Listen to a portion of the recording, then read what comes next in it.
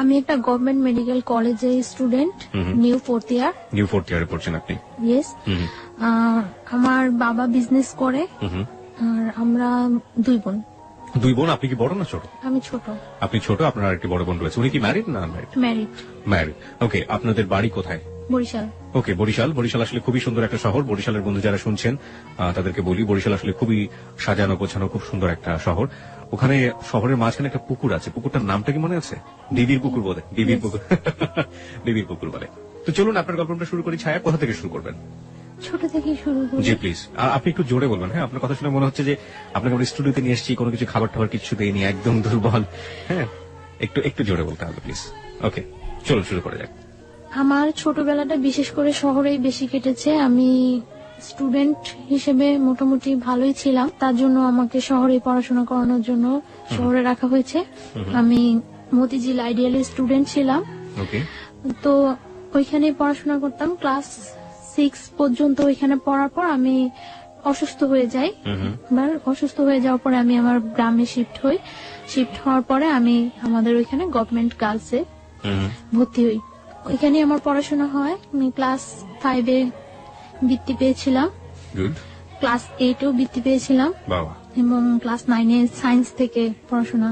ওকে, SSC আপনি science background ছিল? Background science, higher math সহ। বাহ বাহ বাহ। আমার ক্লাস যখন আমি 7-এ পড়ি তখন একটা ছেলে আমাকে খুব ডিস্টার্ব করে, অফার করে জাস্ট। কিন্তু তখন আমি এই ব্যাপারটা সম্পর্কে কোনো অবহিতই না, কিছুই আমি জানি না, মানে আপনি বুঝি ক্লাস না। 7-এ থাকা অবস্থায় আপনি ফিলিংসটাই বোঝেন না যে আসলে ব্যাপারটা কি। তখন আমার মাথার মধ্যে শুধু একটাই ছিল যে আমি পড়াশোনা পড়াশোনা পড়াশোনা, এর বাইরে কিছু তেমন কিছু না। এবং আমি খুব চঞ্চল ছিলাম, খুব চঞ্চল ছিলাম। আমার ফ্যামিলি ব্যাকগ্রাউন্ডের যত পার্সন আছে সবাই আমাকে খুব পছন্দ করতো। তারপর মানে যখন আমি ক্লাস 7-এ যখন পড়ি তখন থেকে সবসময় আমার প্লেস ছিল 1। তো তারপর 7-এ যখন পড়ি তখন ওই ছেলেটা আমাকে ডিস্টার্ব করে। তখন আমি আমার বাসায় জানাই। ছেলেটা আসলে কে ছিল? ছেলেটা সম্পর্কে আমাদের একটু বলুন, যে আপনার পাড়ায় আশেপাশে থাকতো বা এরকম কিছু? আপনার বয়সের ডিফারেন্স কতটুকু ছিল? হ্যাঁ, আমার থেকে বয়সে 5 বছরের মতো ডিফারেন্স, কিন্তু ছোট ছিল আপনার 5 বছর? আমার 5 বছর বড় ছিল। আর ও পড়াশোনা সেরকম না, মানে আমি ক্লাস 7-এ যখন পড়ি ও তখন ক্লাস 9-এ পড়ে। ওকে, মানে ওর পড়াশোনার গ্যাপ ছিল, এবং এসএসসি কমপ্লিট হয়নি, ওর গ্যাপ ছিল। পরে মানে ডিস্টার্ব করে, তখন আমি আমার বাসায় জানাই। বাসায় জানানোর পরে আমার বাসায় বলতে আমি আমার কিছু কাজিনের কাছে জানাই। কাজিনের কাছে জানানোর পর আমার কাজিন কি করে ওকে রাস্তা থেকে ডেকে মানে একটু শাসায় দেয় যে এরকম করবে না, এরকম করলে এরকম করবে। তো কিছুদিন চুপচাপ থাকে। চুপচাপ থাকার পর আমি আবার স্কুল যাই আসি, কোনো প্রবলেম করে না। কিছুদিন চুপচাপ থাকে, তারপর দেখা গেছে আমি যখন স্কুল যাই আমার সাথে সাথে যায়, আবার আমি যখন আসি তখন আমার সাথে সাথে আসে এবং নানা রকম সাউন্ড করে। কি ধরনের সাউন্ড করতো মনে আছে? হ্যাঁ, এইরকম যে ভালো লাগে বললেই তো হয়, কি প্রবলেম, আমরা কি চলি না, এরকম মানে বিভিন্ন রকম সাউন্ড করে। তো মানে সাউন্ড করে এইভাবে ক্লাস 7 শেষ হয়ে যায়, ক্লাস 8 শেষ হয়ে যায়। তো 8-এ যখন আমি বৃত্তি পরীক্ষা দেব, তো বৃত্তি পরীক্ষাটা আমাদের স্কুল থেকে একটু দূরে আরেকটা স্কুলে আমার সেন্টারটা। তো ওই স্কুলে যাই আমি বৃত্তি পরীক্ষা দেই। তো পরীক্ষার মধ্যে ও হলের পিছন দিয়ে ওয়াল টপকে হলের ভিতরে ঢুকে। তো ভিতরে ঢোকার পরে আমার সাথে কথা বলার জন্য আমার দাঁড় করায়। তারপরে কথা বলার জন্য দাঁড় করানোর পরে আমি বলি যে আপনি আমাকে এইভাবে ডিস্টার্ব করতেছেন, আমার পরীক্ষা চলতেছে, এটা কিন্তু ঠিক না।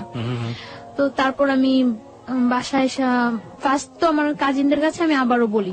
তো ওনারা বলে যে বাসায় কিছু বলিস না, এটা বাসায় বললে হয়তো সবাই টেনশন করবো। তো ওনারা আবার ওকে ডাইকা বলে যে তোমার একবার শাসায় দিলাম, ইয়ে হয় নাই, আরেকবার এরকম করলে কিন্তু একেবারে মাইরাটে পাটা ভাঙিয়ে দেবো, এরকম ভেঙে দেবে, এরকম কিছু বলে। কারা বলতো? আপনার কাজিন বলতো? কাজিনরা বলতো। ছেলে। আপনার বাবা মাকে কাউকে জানাই না, মানে আমার কোনো প্রবলেম হলে আমি ওদেরকেই জানাইতাম। আপনি বাবা মাকে কেন জানাতেন না এটা আমাদের একটু বলবেন? হেজিটেট ফিল করতেন নাকি কোনো ভয় পেতেন না কোনো সমস্যা? হ্যাঁ, হেজিটেট ফিল করতাম। দ্বিতীয়ত আমার আব্বু খুব একটু সেনসিটিভ টাইপের লোক, মানে কোনো ভেজাল বা আমাদের ওইখানে যে আমার আব্বুকে পছন্দ করে না এরকম কেউ নাই। তো তার জন্য আমি আমার আব্বুকে কিছু বলতে পারতাম না, মানে আব্বুকে আমি অনেক ভয়ও পাইতাম, কিছু বলতাম না। মানে আপনি আপনার আব্বুকে অনেক ভয় পেতেন। আর আপনার মা? আমার মা কাকেও আমি কিছু বলিনি, কারণ আমি যে কোনো প্রবলেম করলে ওদেরকে বললে এটা সলভ হয়ে যায়। এখানে আমি একটু নোট করতে চাই সবাইকে, দেখবেন যে এই বয়সে, বিশেষ করে ও কিশোরী বয়স, ক্লাস 7 এর কথা বলছে, এই সময়টায় বাবা কিংবা মা তার সন্তানের সবচেয়ে ভালো বন্ধু হওয়া প্রয়োজন।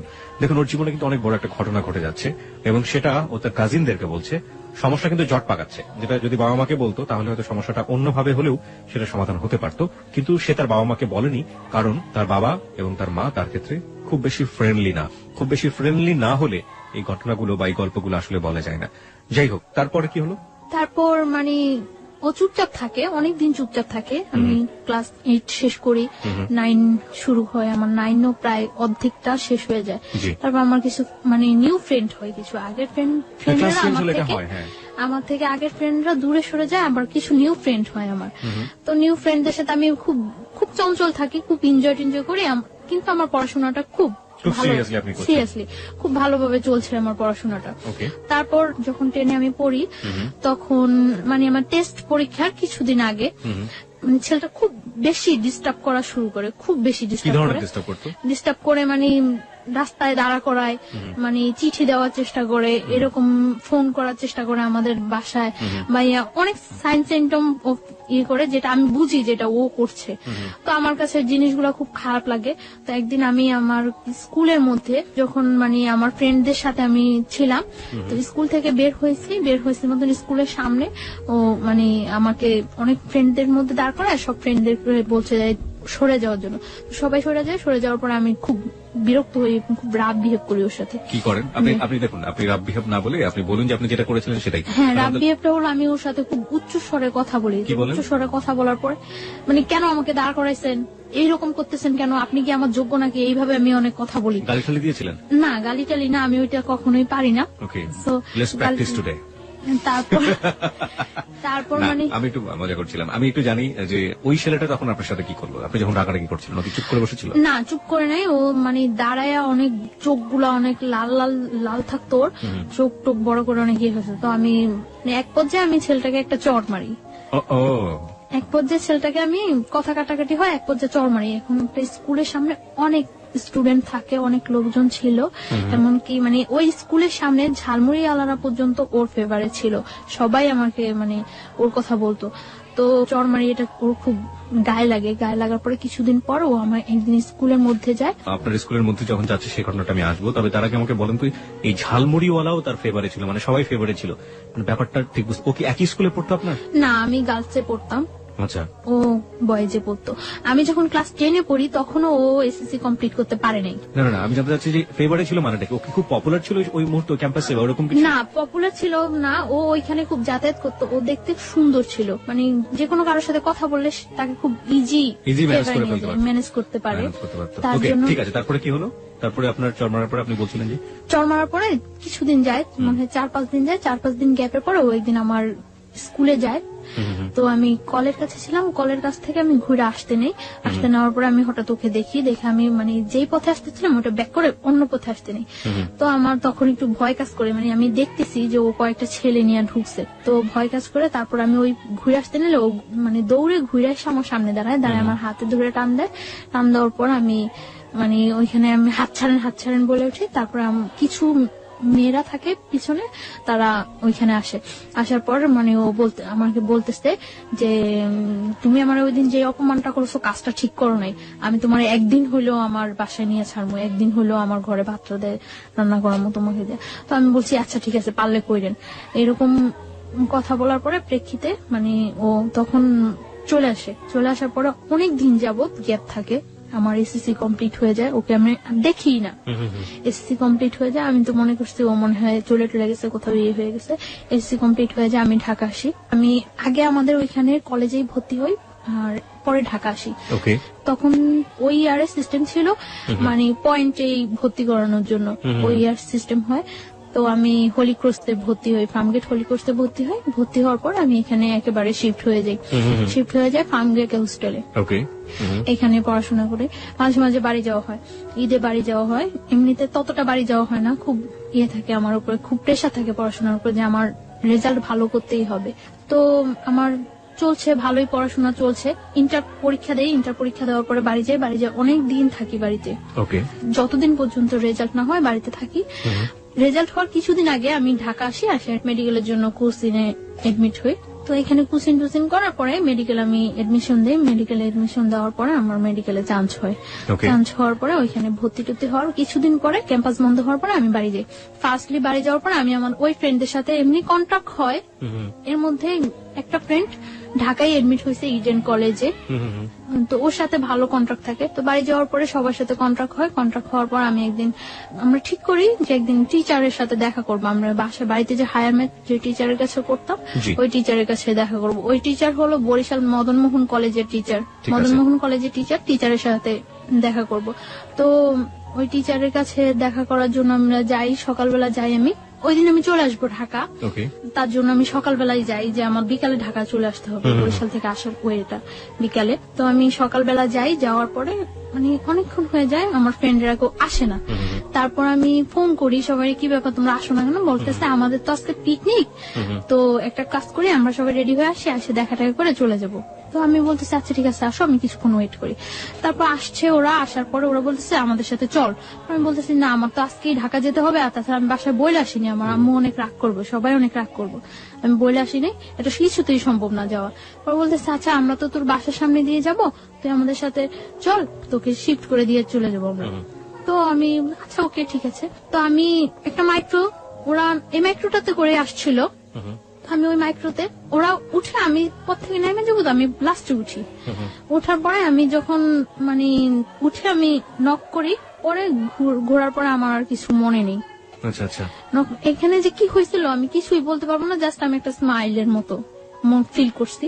তারপর আমি আর কিছু মনে নেই, আমার সেন্স ছিল না। আমার যখন সেন্স আসে তখন সন্ধ্যার দিকে আমি ফিল করতেছি যে তখন সন্ধ্যা জাস্ট আজান হচ্ছে এরকম সময়, এবং তখন আমি দেখতেছি যে আমি মাওয়া ঘাট ওভার করেছি, just Postogola bridge, Dhaka Postogola bridge. কিন্তু আমি তখন মুখে কিছু বলতে পারছি না, এবং কোনো কিছু আমি জাস্ট একবার কি দুইবার চোখ খুলে আবার চোখ অফ হয়ে গেছে। তারপর আমি আর কিছু বলতে পারবো না। যখন আমার সেন্স আসছে রাত্রে, তখন প্রায় 2:30 কি 3টা বাজে মনে হয়, আমি ওইরকম মনে হচ্ছিল আমার কাছে 2:30 কি 3টা বাজে। তখন আমি যে জায়গা, ওই জায়গাটা টাঙ্গাইল, মানে আমি ব্যাক আসার সময় দেখেছি যে ওটা টাঙ্গাইল, কিন্তু তখন আমি জানি না ওটা যে টাঙ্গাইল। আমি একটা বাসায় আছি, ওই বাসায় অনেক লোকজন আছে, এবং আমি এর মধ্যে যখন আমি মাওয়াতে পোস্তকলা ব্রিজ, মাওয়া ঘাট যখন শেষ হলো, পোস্তকলা ব্রিজে যখন আমি চোখ খুললাম, তখন আমি দেখছি যে আমার পাশে ওই ছেলেটা বসা, সামনে আরেকটা ছেলে বসা, মাইক্রোতে 2টা ছেলে, আর আমি সামনে যে ছেলেটা বসা, ওই ছেলেটাকে আমি কখনোই দেখি নাই, আর আমার সাথে পরিচিত না ছেলেটা। আপনি কি মাইক্রোতে তখন আপনি মাইক্রোর ভিতরে? তখন আমি এর মধ্যে যে 2বার চোখ খুললাম, তখন আমি দেখতে পেয়েছি যে আমার সামনে ছেলেটা ড্রাইভারের পাশে বসা, যাকে আমি কখনোই দেখিনি এর আগে, আর আমার পাশে ওই ছেলেটা। এবং তারপর তো রাত্রে আমি যেই বাসায়, যখন আমার সেন্স আসে তখন আমি ওই বাসায়, এবং আমি দেখি যে আমার চারপাশে অনেক লোকজন, ওই বাসার অনেক মেম্বার, বাট আমি তাদের কাউকে তো কখনোই দেখিনি, চিনিও না। তারপর আমি জিজ্ঞাসা করলাম যে আমি এখানে কেন আসছি এবং কিভাবে। তারপর বললো যে তুমি এখানে কোনো শব্দ করবে না, সাউন্ড করবে না, এখানে যদি কোনো সাউন্ড করো তোমারই কিন্তু প্রবলেম হবে, তো এখানে কোনো সাউন্ড টাউন্ড করবে না, চুপচাপ শুয়ে থাকো। তারপর বললাম যে কেন আমি চুপচাপ শুয়ে থাকবো, আমি এইখানে আসলাম কিভাবে, আমি তো এখানে আসার না, আমার তো আজকে ঢাকা যাওয়ার কথা। তারপর বলতেছে তুমি ঢাকায় আসো, প্রবলেম নাই। ওই বাসায় একটা মহিলা বলতেছে আমার, তুমি ঢাকায় আসো, প্রবলেম নাই, চুপচাপ শুয়ে থাকো, আমরা কিন্তু লোক বেশি ভালো না, বেশি সাউন্ড করবা একেবারে জবাই করে দেবো। আমি তারপর চুপচাপ শুয়েছিলাম। সকাল হওয়ার পর আমি দেখলাম যে ওই ছেলেটা আসছে ওই বাসায়, ওই বাসায় ছিল না, আমি ছিলাম ওই বাসায়, আসছে। এবং আসার পরে মানে এতক্ষণ তো আমি সবার সাথে কন্টিনিউ ছিলাম, আসার পরে আমাকে একটা রুমে আলাদা করে মানে বসিয়ে আমার হাত পা বেঁধে দেওয়া হয়েছে। বেঁধে তারপরে ও বলতেছে এবার বুঝছো আমার সাথে খারাপ ব্যবহার করার কি ফল, আমি তো তোমার আগেই বলছিলাম যে আমার সাথে রাফ বিহেভ করে কিছু করতে পারবো না, আমার সাথে খারাপ ব্যবহার করার ফল বুঝছো। আমি বলছি যে আপনি কেন নিয়ে আসছেন আমাকে এখানে।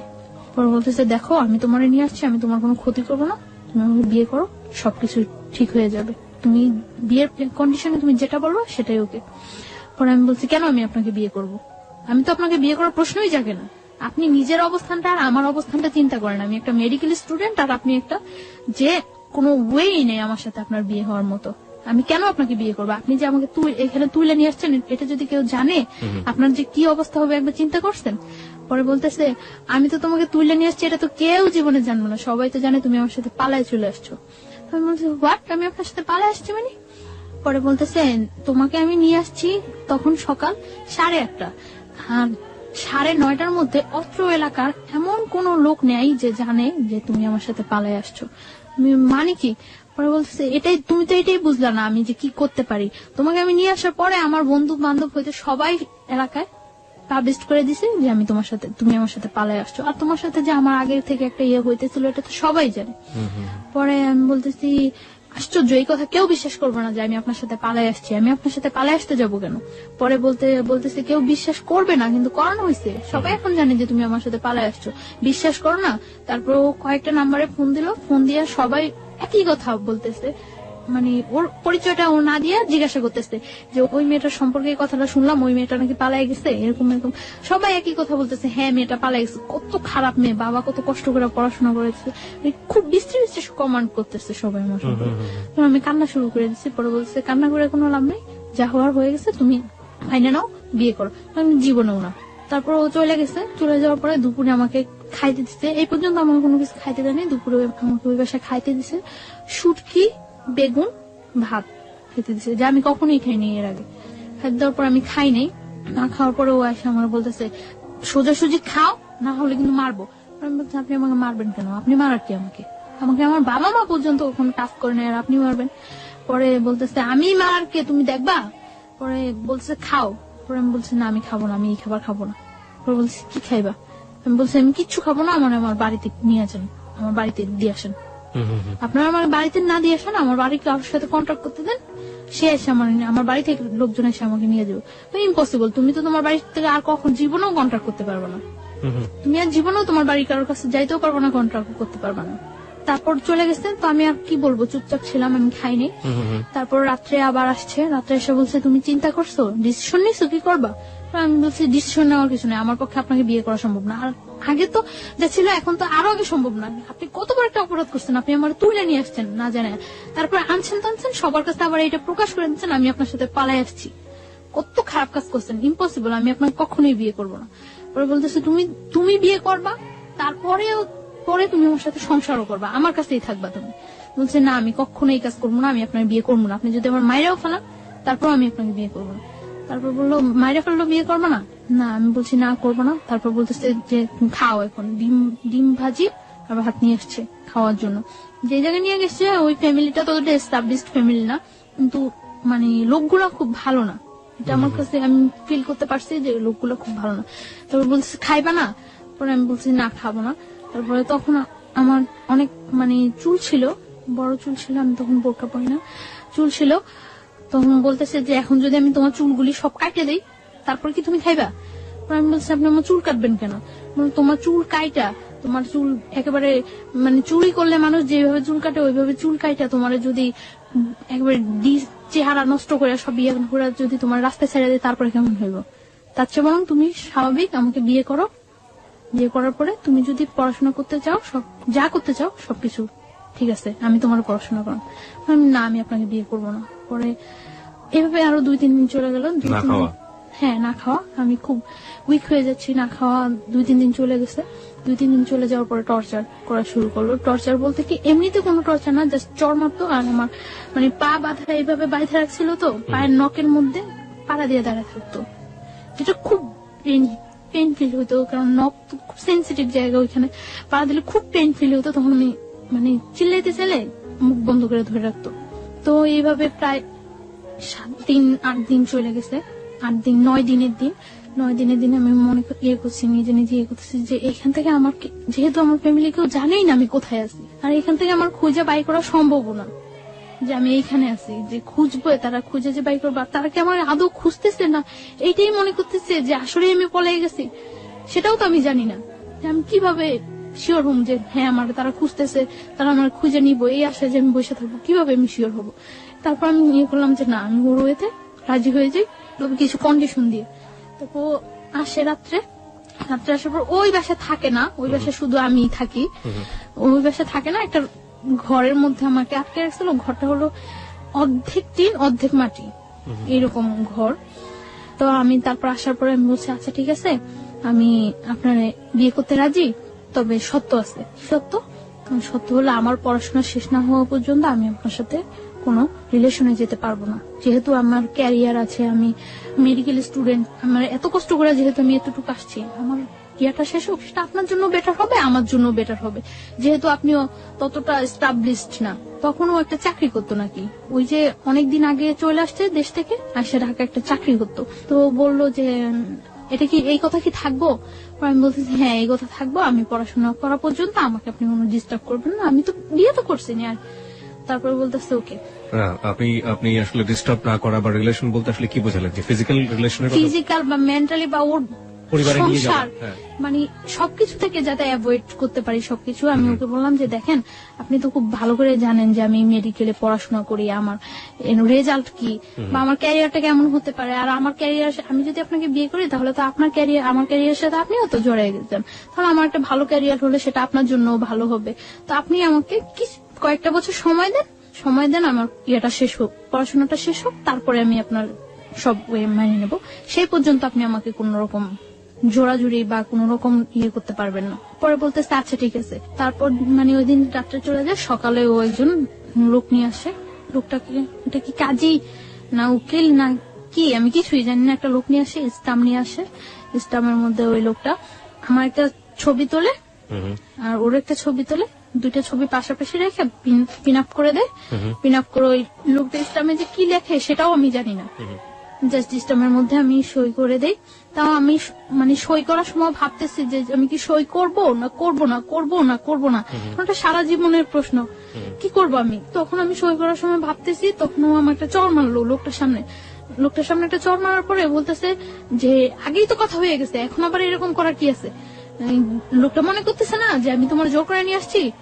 পরে আমি আমার ফুল নেমটা অর্ধেক লিখি আর বাকিটা লিখি না। ওকে, ফুল নেমের অর্ধেক লিখি, ও সই করে দেয়। সই করে দেওয়ার পর ওই দিনই মানে সকালে 8টার দিকে ইয়ে হয়, 9টার দিকে ওই বাসা থেকে বের হয়ে আসে, নিয়ে আসে। বাসা থেকে বের হওয়ার পরে যখন বাসে উঠি তখন দেখি যে এটা টাঙ্গাইল। তো ঢাকা নিয়ে আসে, ঢাকা নিয়ে আসার পরে আমি ওই দিনই ঢাকা, আমি আমার হোস্টেলে চলে যাই। আমি বলি যে আমি আমার হোস্টেলে চলে যাই, আপনার সাথে বিয়ে তো হয়ে গেছে।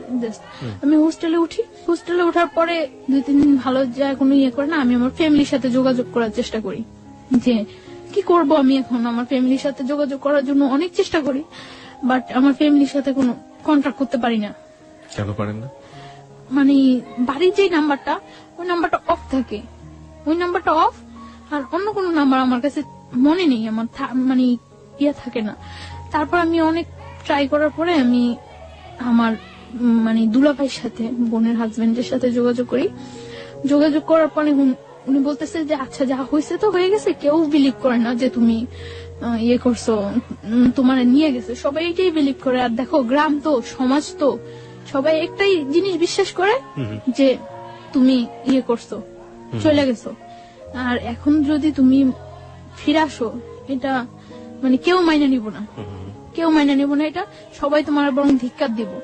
তো আমি তারপর বুঝে বলি, অনেক বলি, বলার পরে আমি ট্রাই করি আমার ফ্যামিলির কাছে ফিরে যাওয়ার জন্য, কিন্তু তারা কেউ আমাকে নেওয়ার ইয়ে করে না। তখন আমার যে দুলাভাই, ওনার সাথে আমার বোনের জাস্ট ইয়ে হয়, এঙ্গেজ হয়, বিয়ে হয় না। তখন বলে যে দেখো এইটার কারণে হয়তো তোমার বোনের অনেকটা ইয়া ফিল করতে হতে পারে।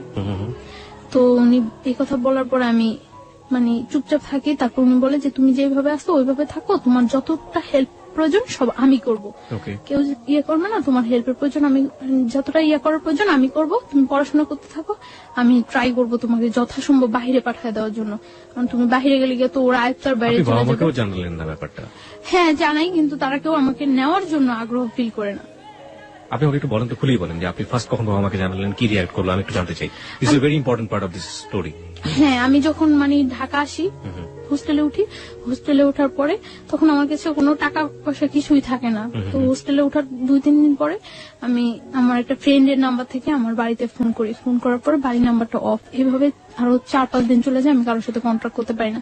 তারপরে আমি হঠাৎ একদিন আমি আমার বই নাড়তেছি, বইয়ের মধ্যে আমার ওই দুলাভাইয়ের নাম্বারটা পাইছি। পাওয়ার পরে আমি আমার দুলাভাইয়ের কাছে ফোন দিছি। দুলাভাইয়ের কাছে ফোন দেওয়ার পরে ভাইয়াকে আমি সব বললাম। আপন দুলাভাই এটা? হ্যাঁ। ওকে। সবকিছু বলার পর আমার ভাইয়া বলল যে কেউ আমাকে এখন নেওয়ার জন্য প্রস্তুত না। তারপর আমি আমার মার সাথে কথা বললাম।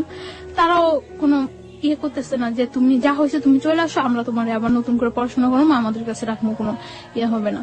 কিন্তু তারা কেউ এরকম কোনো, সবার একটাই ক্ষোভ আমি চলে আসছি। সবাই জানে যে আমি পলায় চলে আসছি, পালাই আসছি, কিভাবে আসলাম, এতটা ইয়ে করলো তারা আমার জন্য। সবাই আমাকে খুব ঘৃণা করে। তখন আমি ফিল করি যে সবাই আমাকে খুব ঘৃণা করে। তখন আমার মধ্যেও রাগ হয় যে আমি এতটা তাদেরকে সাপোর্ট দিছি, তারা যেইভাবে চাইছে আমি ঠিক ওইভাবে পড়াশোনা করছি, ওইভাবে ইয়ে হয়েছি। এই মানুষগুলো আমাকে এতটা ভালোবাসতো, আর সামান্য কয়টা দিনের ব্যাপারে এই মানুষগুলো আমার এতটা অবিশ্বাস করে।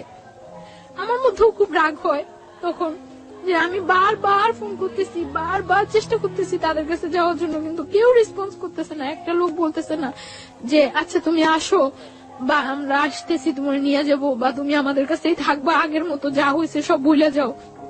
কেউ আমাকে এই সাপোর্টটা দেয় না। সবাই বলে যে এই কাজটা তুমি কিভাবে করলা, এই কাজটা তুমি কিভাবে করলা। কেউ আমার কথা বিশ্বাসই করে না যে আমি এই কাজটা করি নাই। প্রত্যেকটা মানুষ আমাকে ধিক্কার দেয়। প্রত্যেকটা মানুষ, যে মানুষগুলো আমাকে এত ভালোবাসতো, ওই মানুষগুলো প্রত্যেকটা মানুষ ধিক্কার দেয়। তারপর আমি ইয়ে করি যে যা হয়েছে, তারা যখন আমার চাই না, আমি আমার নিজের পায়ে যেইভাবেই হোক দাঁড়াইতে হইবই, আমি যেইভাবেই হোক আমার পড়াশোনাটা চালিয়ে যেতে হবে। এর জন্য যদি আমার ওই ছেলের সাহায্য নিতে হয় আমি তাও নিব। তারপর আমার ভাইয়া বলে যে তোমাকে যতটুকু সাপোর্ট করে আমি করবো, তবে আমি এটা করতে পারবো না যে তোমার আমি নিয়ে আসবো, এটা আমি পারবো না। তোমাকে আমি সাপোর্ট করবো, তুমি পড়াশোনা করতে থাকো, আমি ট্রাই করতে থাকি তোমাকে যেভাবে হোক বাহিরে পাঠিয়ে দেওয়ার জন্য। বাহিরে পাঠাইলে তোমার ক্যারিয়ারটাও ঠিক হয়ে যাবো, তুমি কয়েক বছর বাইরে, 4-5 বছর বাইরে থেকে আসলে সবকিছু দেখবে ঠিক হয়ে যাবো। তারপর আমি ভাইয়ার কথা মতো ইয়ে করতে থাকি।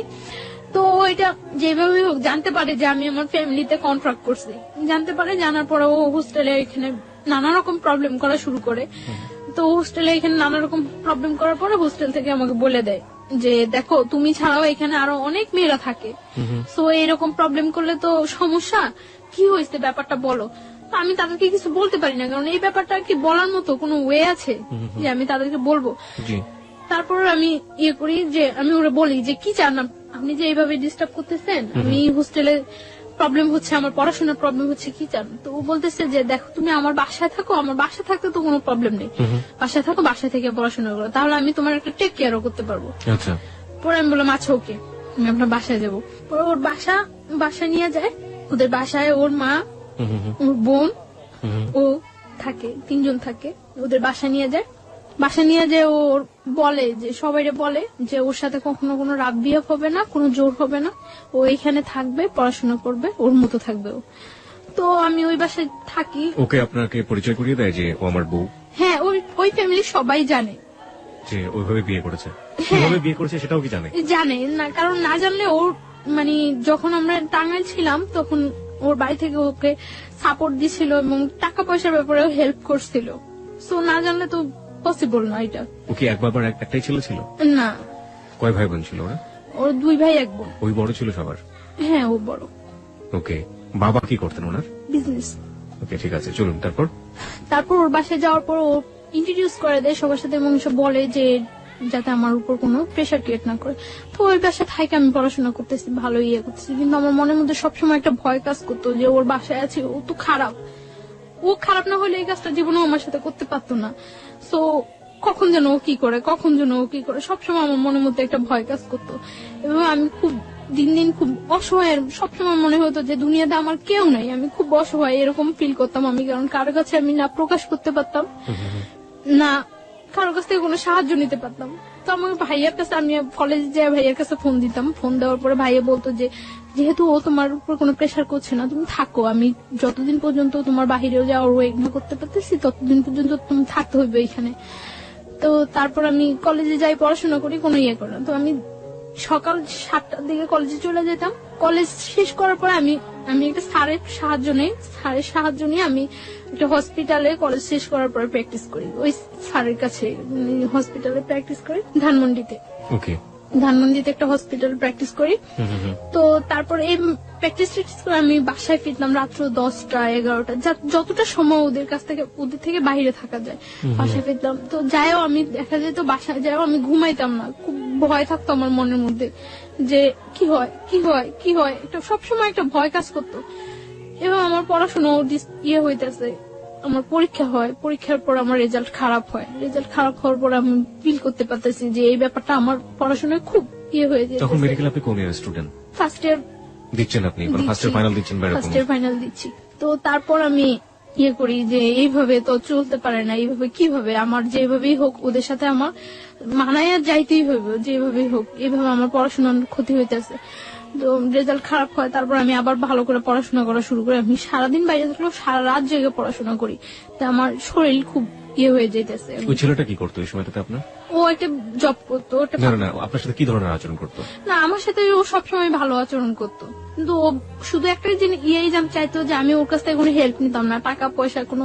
ও আমার প্রায় সময় এটা জিজ্ঞাসা করতো যে আমি এটা কিভাবে করি, কিন্তু এটা তো আমার ভাই আমার সুন্দরবন কুরিয়ার সার্ভিসে আমার জন্য সবসময় টাকা পাঠিয়ে দিত। আমি বললেই হতো যে ভাই আমার টাকা লাগবে, এটা লাগবে। আপনার দুলাভাইটা পাঠিয়ে দিত? হ্যাঁ, দুলাভাই পাঠিয়ে দিত। তো এর মধ্যে আমি পাসপোর্ট করে সবকিছু আমার জমা দেওয়া হয়ে গেছে। বাইরে আমি অ্যাপ্লাই করছি। কোন দেশে অ্যাপ্লাই করেছিলেন? কানাডাতে চলে যাওয়ার জন্য? কানাডাতে যাওয়ার জন্য স্টুডেন্টের ভিসা কানাডায় যাওয়ার জন্য করছি, অ্যাপ্লাই করা হয়েছে।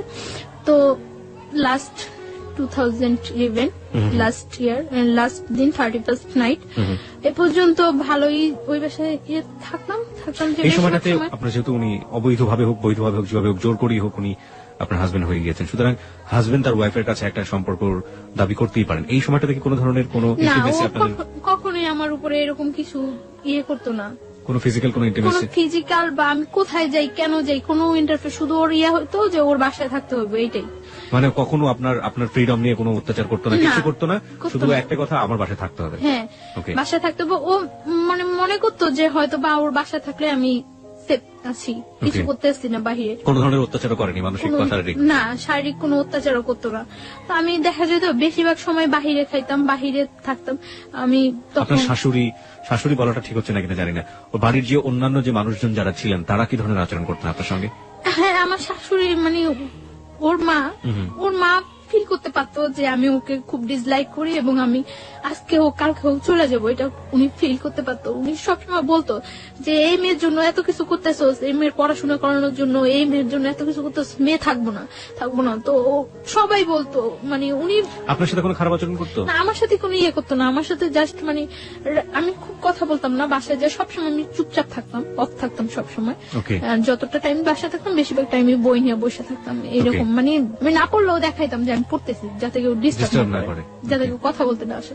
তো আমি শুনতাম উনি বলতো যে এই মেয়ে থাকবো না, এই মেয়ে তো চলে যাইবই, কারণ যে করার মতো সংসার করার মতো ওই মেয়েই ডিফারেন্স, ও চলে যাইব।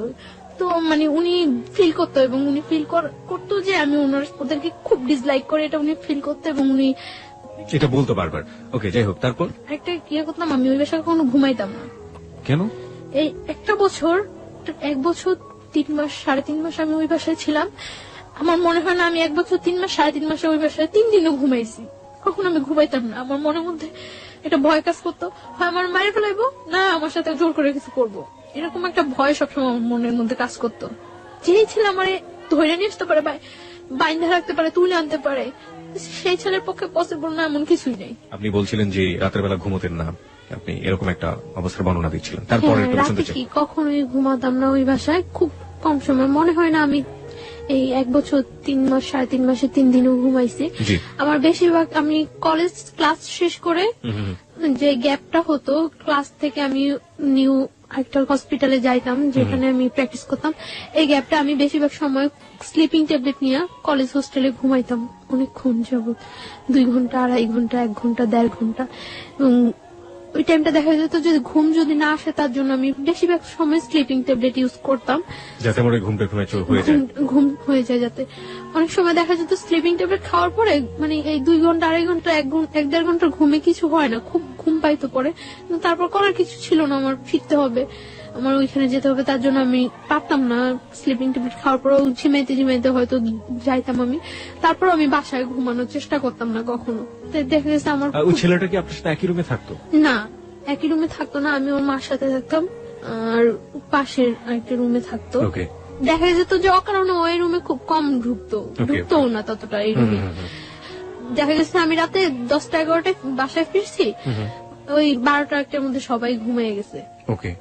সো এই রুমে আসার ততটা প্রশ্ন জাগতো না, আর আমি সকালবেলা 7টার মধ্যে বাসা থেকে বের হয়ে চলে ওর বাবা কি বলতো আপনার সাথে? বাবা কোনো ধরনের খারাপ আচরণ করতো? না, ওর বাবার সাথে আমার ততটা ইয়ে হইতো না, দেখা হইতো না, কথা হইতো না, তিনি খুব একটা সময় এখানে থাকতো না। ওকে। তো এইভাবে যাচ্ছিল। লাস্ট কোরবানির ঈদ, কোরবানির ঈদে ঈদ যখন হয়, আমি আমার মানে ওদের সাথে বাড়ি যাই, ওদের সাথে ওদের বাড়িতে যাই, গ্রামের বাড়িতে ওদের বাড়িতে যাই। তো যাওয়ার কারণ আমি একা একা কোথায় কিভাবে যাব, গ্রামের বাড়িতে যাই ওদের সাথে। যাওয়ার পরে ওদের ওইখানে আমি তো সকালবেলা যা পৌঁছায় সবাই, তো সকালবেলা যাওয়ার পর আমি 2-3 ঘন্টা পর আমি আমার নানা বাড়িতে চলে আসি। যে ওদের বাড়িতে তো আমি কখন থাকবোই না। আমাদের ওইখানেই, বরিশালে। ওকে, তারপর গ্রামের বাড়িতে যায়, যাওয়ার পরে আপনি ওখান থেকে সুযোগ পেয়ে নানা বাড়িতে চলে যাই, কারণ ওইখানে গেলে হয়তো সবাই আমাকে দেখবে, আমার সাথে কথা বলবে, সবাই ফিল করবে যে ওই মেয়েটাই তো। তার জন্য আমি কিছুক্ষণ পর আমি আমার নানা বাড়িতে চলে আসি। নানা বাড়িতে চলে আসার পর আমি মানে 2-3 দিন ওইখানে থাকা হয়, তারপর আবার ঢাকা ব্যাক আসার পরে, মানে ঢাকা আসার পরে আমি একদিনকে আমি সন্ধ্যার পরে আমি বাসায় ফিরতেছি, 8টা কি 8:30 বাজে আমি বাসায় ফিরতেছি। বাসায় ফেরার সময় একটা ছেলে ভ্যানের উপর বসা থাকে, কয়েকটা ছেলে, ওইখান থেকে একটা ছেলে কমেন্ট করে যে মনে হয় বাড়িতে গেছিল, কয়েকদিন যাবো তো দেখি নাই, বাড়ি থেকে আসছে। তো আমি তখন মনে করলাম যে এই ছেলেটা মনে হয় আমার ফলো করছে এর আগে, যেহেতু আমি বাড়ি থেকে আসার পরে এই কথা বলতেছে। তো আমি বাসায় চলে যাই। তো এর আগে ওই ছেলেটার ফেসটা আমার কাছে একেবারে অপরিচিত, ওই দিনই ফার্স্ট আমি ফেসটা দেখি, এবং ফেসটা দেখার পরে দেখা গেছে যে 2-1 দিনের মধ্যে ওর সাথে আমার দেখা হয়। বিশেষ করে আমি রাতে বাসায় ফেরার সময়, সকালে যখন আমি যাই 7টার দিকে, তখন ওরকম কেউ থাকে না। তো রাতে ফেরার সময় দেখা গেছে 2-1 দিন পর পরে ওর সাথে আমার দেখা হয়, এবং কন্টিনিউ তখন আমাকে কমেন্টস করতে থাকে। তো এর আগে আমি যখন পড়াশোনা করি, পড়াশোনা অবস্থা অনেক অফার হয়, কিন্তু কখনো আমার কাছে ওইগুলা রেসপন্স হয় না এবং খুব খারাপ লাগে। কিন্তু ওর কমেন্টসটা কেন যেন আমার ভালো লাগছিল। তো তখন তো আমি একেবারে সম্পূর্ণ একা, কোনো ফ্রেন্ডদের সাথেও ততটা মিশতে পারি না, ইয়ে করতে পারি না, দেখা গেছে খুব ডিজার্ট থাকি। তো ওর কমেন্টস গুলো ভালো লাগার পরে, ও কমেন্টস করতে আমি কিছু বলতাম না, আমি শুধু হাসতাম। এরকম কিছুদিন কমেন্টস করার পর একদিন সকালবেলা, আমি ওই দিন শুক্রবার, আমি ওই দিন কলেজ আসিনি, তো সকালবেলা 11টার দিকে আমি বাসা থেকে বের হয়েছি। বাসা থেকে বের হওয়ার পর ও তখন মনে হয় সম্ভবত ফার্স্ট ঘুম থেকে উঠছিল, তো ঘুম থেকে উঠে ও বের হয়ে আমারে দেখছিল, তো বলতেছে আজকে দিনটা অনেক ভালো যাবে। ঘুম থেকে উঠে দেখছি অ্যাঞ্জেল। তো আমি হাসা দিছি, হাসছিলাম, হাসার পর কিভাবে দেখলো আপনাকে? মানে আপনি তো আপনার ওই আগের বাসাতেই থাকতেন। হ্যাঁ, ওই বাসাটা আর ওই বাসা, ওদের বাসাটা কাছাকাছি, একদম কাছাকাছি একদম। কোথায় ছিল বাসা? ঢাকার? এটা ঢাকার এলাকার নাম বললে কোনো সমস্যা নেই, আপনি ছেলের নামও বলেননি, কোনো সমস্যা নেই। কোথায় ছিল বাসাটা? ওর নামটা বলি আমি, ওর নামটা রুমেল। মানে যে ছেলে আপনাকে জোর করে বিয়ে করেছে? না, মানে সেকেন্ড ওয়ান, যার সাথে পরিচয় হচ্ছে। আর বাসাটা কোথায় ছিল ঢাকার? আপনি বাসাটা বলতে যাচ্ছেন না? ওকে, ঠিক আছে, যান। তারপর? কারণ ওই এলাকাটা সবাই প্রায় কম বেশি ঘটনাটা জানে এবং আপনাকে সবাই চেনে। ওকে, ঠিক আছে। আমি এখানে একটু শ্রোতারা অনেক খেপে যাবেন আপনার উপরে, আমি একটু শ্রোতাদেরকে অ্যাড্রেস করতে চাই। দেখুন, আপনারা যারা বলছেন যে আপনারা ওর বাসার নামটা জানতে চান, ও কোথায় থাকে সবকিছু জানতে চান, এই প্রশ্নগুলো আমি ওকে করেছি, এবং তারপরেও যারা ক্ষিপ্ত হয়ে যাচ্ছেন ওর উপর, তাদের উদ্দেশ্যে আমি একটু বিনয়ের সাথে বলতে চাই, ওর বাসার অ্যাড্রেসটা জেনে বা যে ঘটনাটা যেখানে ঘটেছে এটা জেনে আপনি কি বা করবেন বলুন। আপনার এখানে বলতে চাচ্ছি না এই কারণে যে আমি তো সম্পর্কটা থেকে এখনো বিচ্ছিন্ন না। এক্স্যাক্টলি, আমরা গল্পের শেষ পর্যন্ত যাবো, সেটা আপনি আগে থেকে কিছু বলে দিন না। আমরা একটা জিনিস বলি আপনাকে, সেটা হচ্ছে তাদেরকে বলবো যে প্লিজ আমরা গল্পটা থেকে সবাই যে জিনিসটা নেবার চেষ্টা করবো সেটা হচ্ছে মোরাল লেসনটা আসলে কি, ভুলটা আসলে কারা কারা করেছে, কোন কোন জায়গাগুলোতে ভুল হয়েছে। বাসার ঠিকানা জেনে কিংবা ওর পার্সোনাল লাইফ সম্পর্কে আরো বেশ কিছু জেনে, ও কোথায় থাকে সেটা জেনে আসলে ওর কতটুকু কি ওর আমরা করতে পারবো। হ্যাঁ, সেই হেল্পের জায়গাটা যদি কিছু থেকে থাকে, করার থাকে, তাহলে ও যতটুকু বলবে ততটুকুই আসলে এনাফ। আমরা ওই শ্রদ্ধার জায়গাটুকু, যিনি গেস্ট হয়ে আসেন, অতিথি হয়ে আসেন, তার প্রতি যেন বজায় রাখি। জি প্লিজ, তারপরে বলুন। তারপর আমি মানে যে কাজে বাসা থেকে বের হয়েছি ওই কাজে চলে যাই। তো চলে যাওয়ার পর এইভাবে চলতে থাকে কিছুদিন। তো 31st নাইট আমি সন্ধ্যার পরে বাসায় ফিরছি, তো আমি কিছু চকলেট কিনি, তো চকলেটের দোকানে যাওয়ার আগেই ও বলতেছে যে আজকেই বলে দেব নাকি সামনের বছর পর্যন্ত ওয়েট করব। তো ও বলতেছে, তখন আমি চকলেট কিনা আসার সময় ওর হাতে ওর একটা চকলেট মানে দূর থেকে এভাবে ধরে দিছি, দিয়ে বলতেছি যে কারোর জন্য কি কখনো কিছু ওয়েট করে, সবকিছু সময় মতোই বলতে হয়।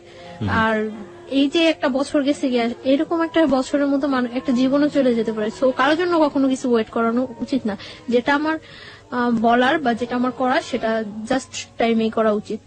তো ওই কথাটা বলার পর আমি এই কথাটা বলে আমি সাথে সাথে কিছু না বলে সাথে সাথে চলে আসতেছি, ও আমার পিছনে আসতেছে। তো আসে আমার বাসার গলির মধ্যে, মানে যে বাসা আমি যাবো ওই বাসার গলির মধ্যে ও বললো যে জাস্ট 1 মিনিট একটু দাঁড়ান। তো আমি দাঁড়াইলাম, দাঁড়ানোর পরে বলতেছে আপনার নামটা জানতে পারি? তো আমি আমার নামটা বললাম, বলার পর ও বলতেছে যে আপনার ফোন নাম্বারটা জানতে পারি? সরি, আমার ফোন নাম্বারটা তো দেওয়া যাবে না।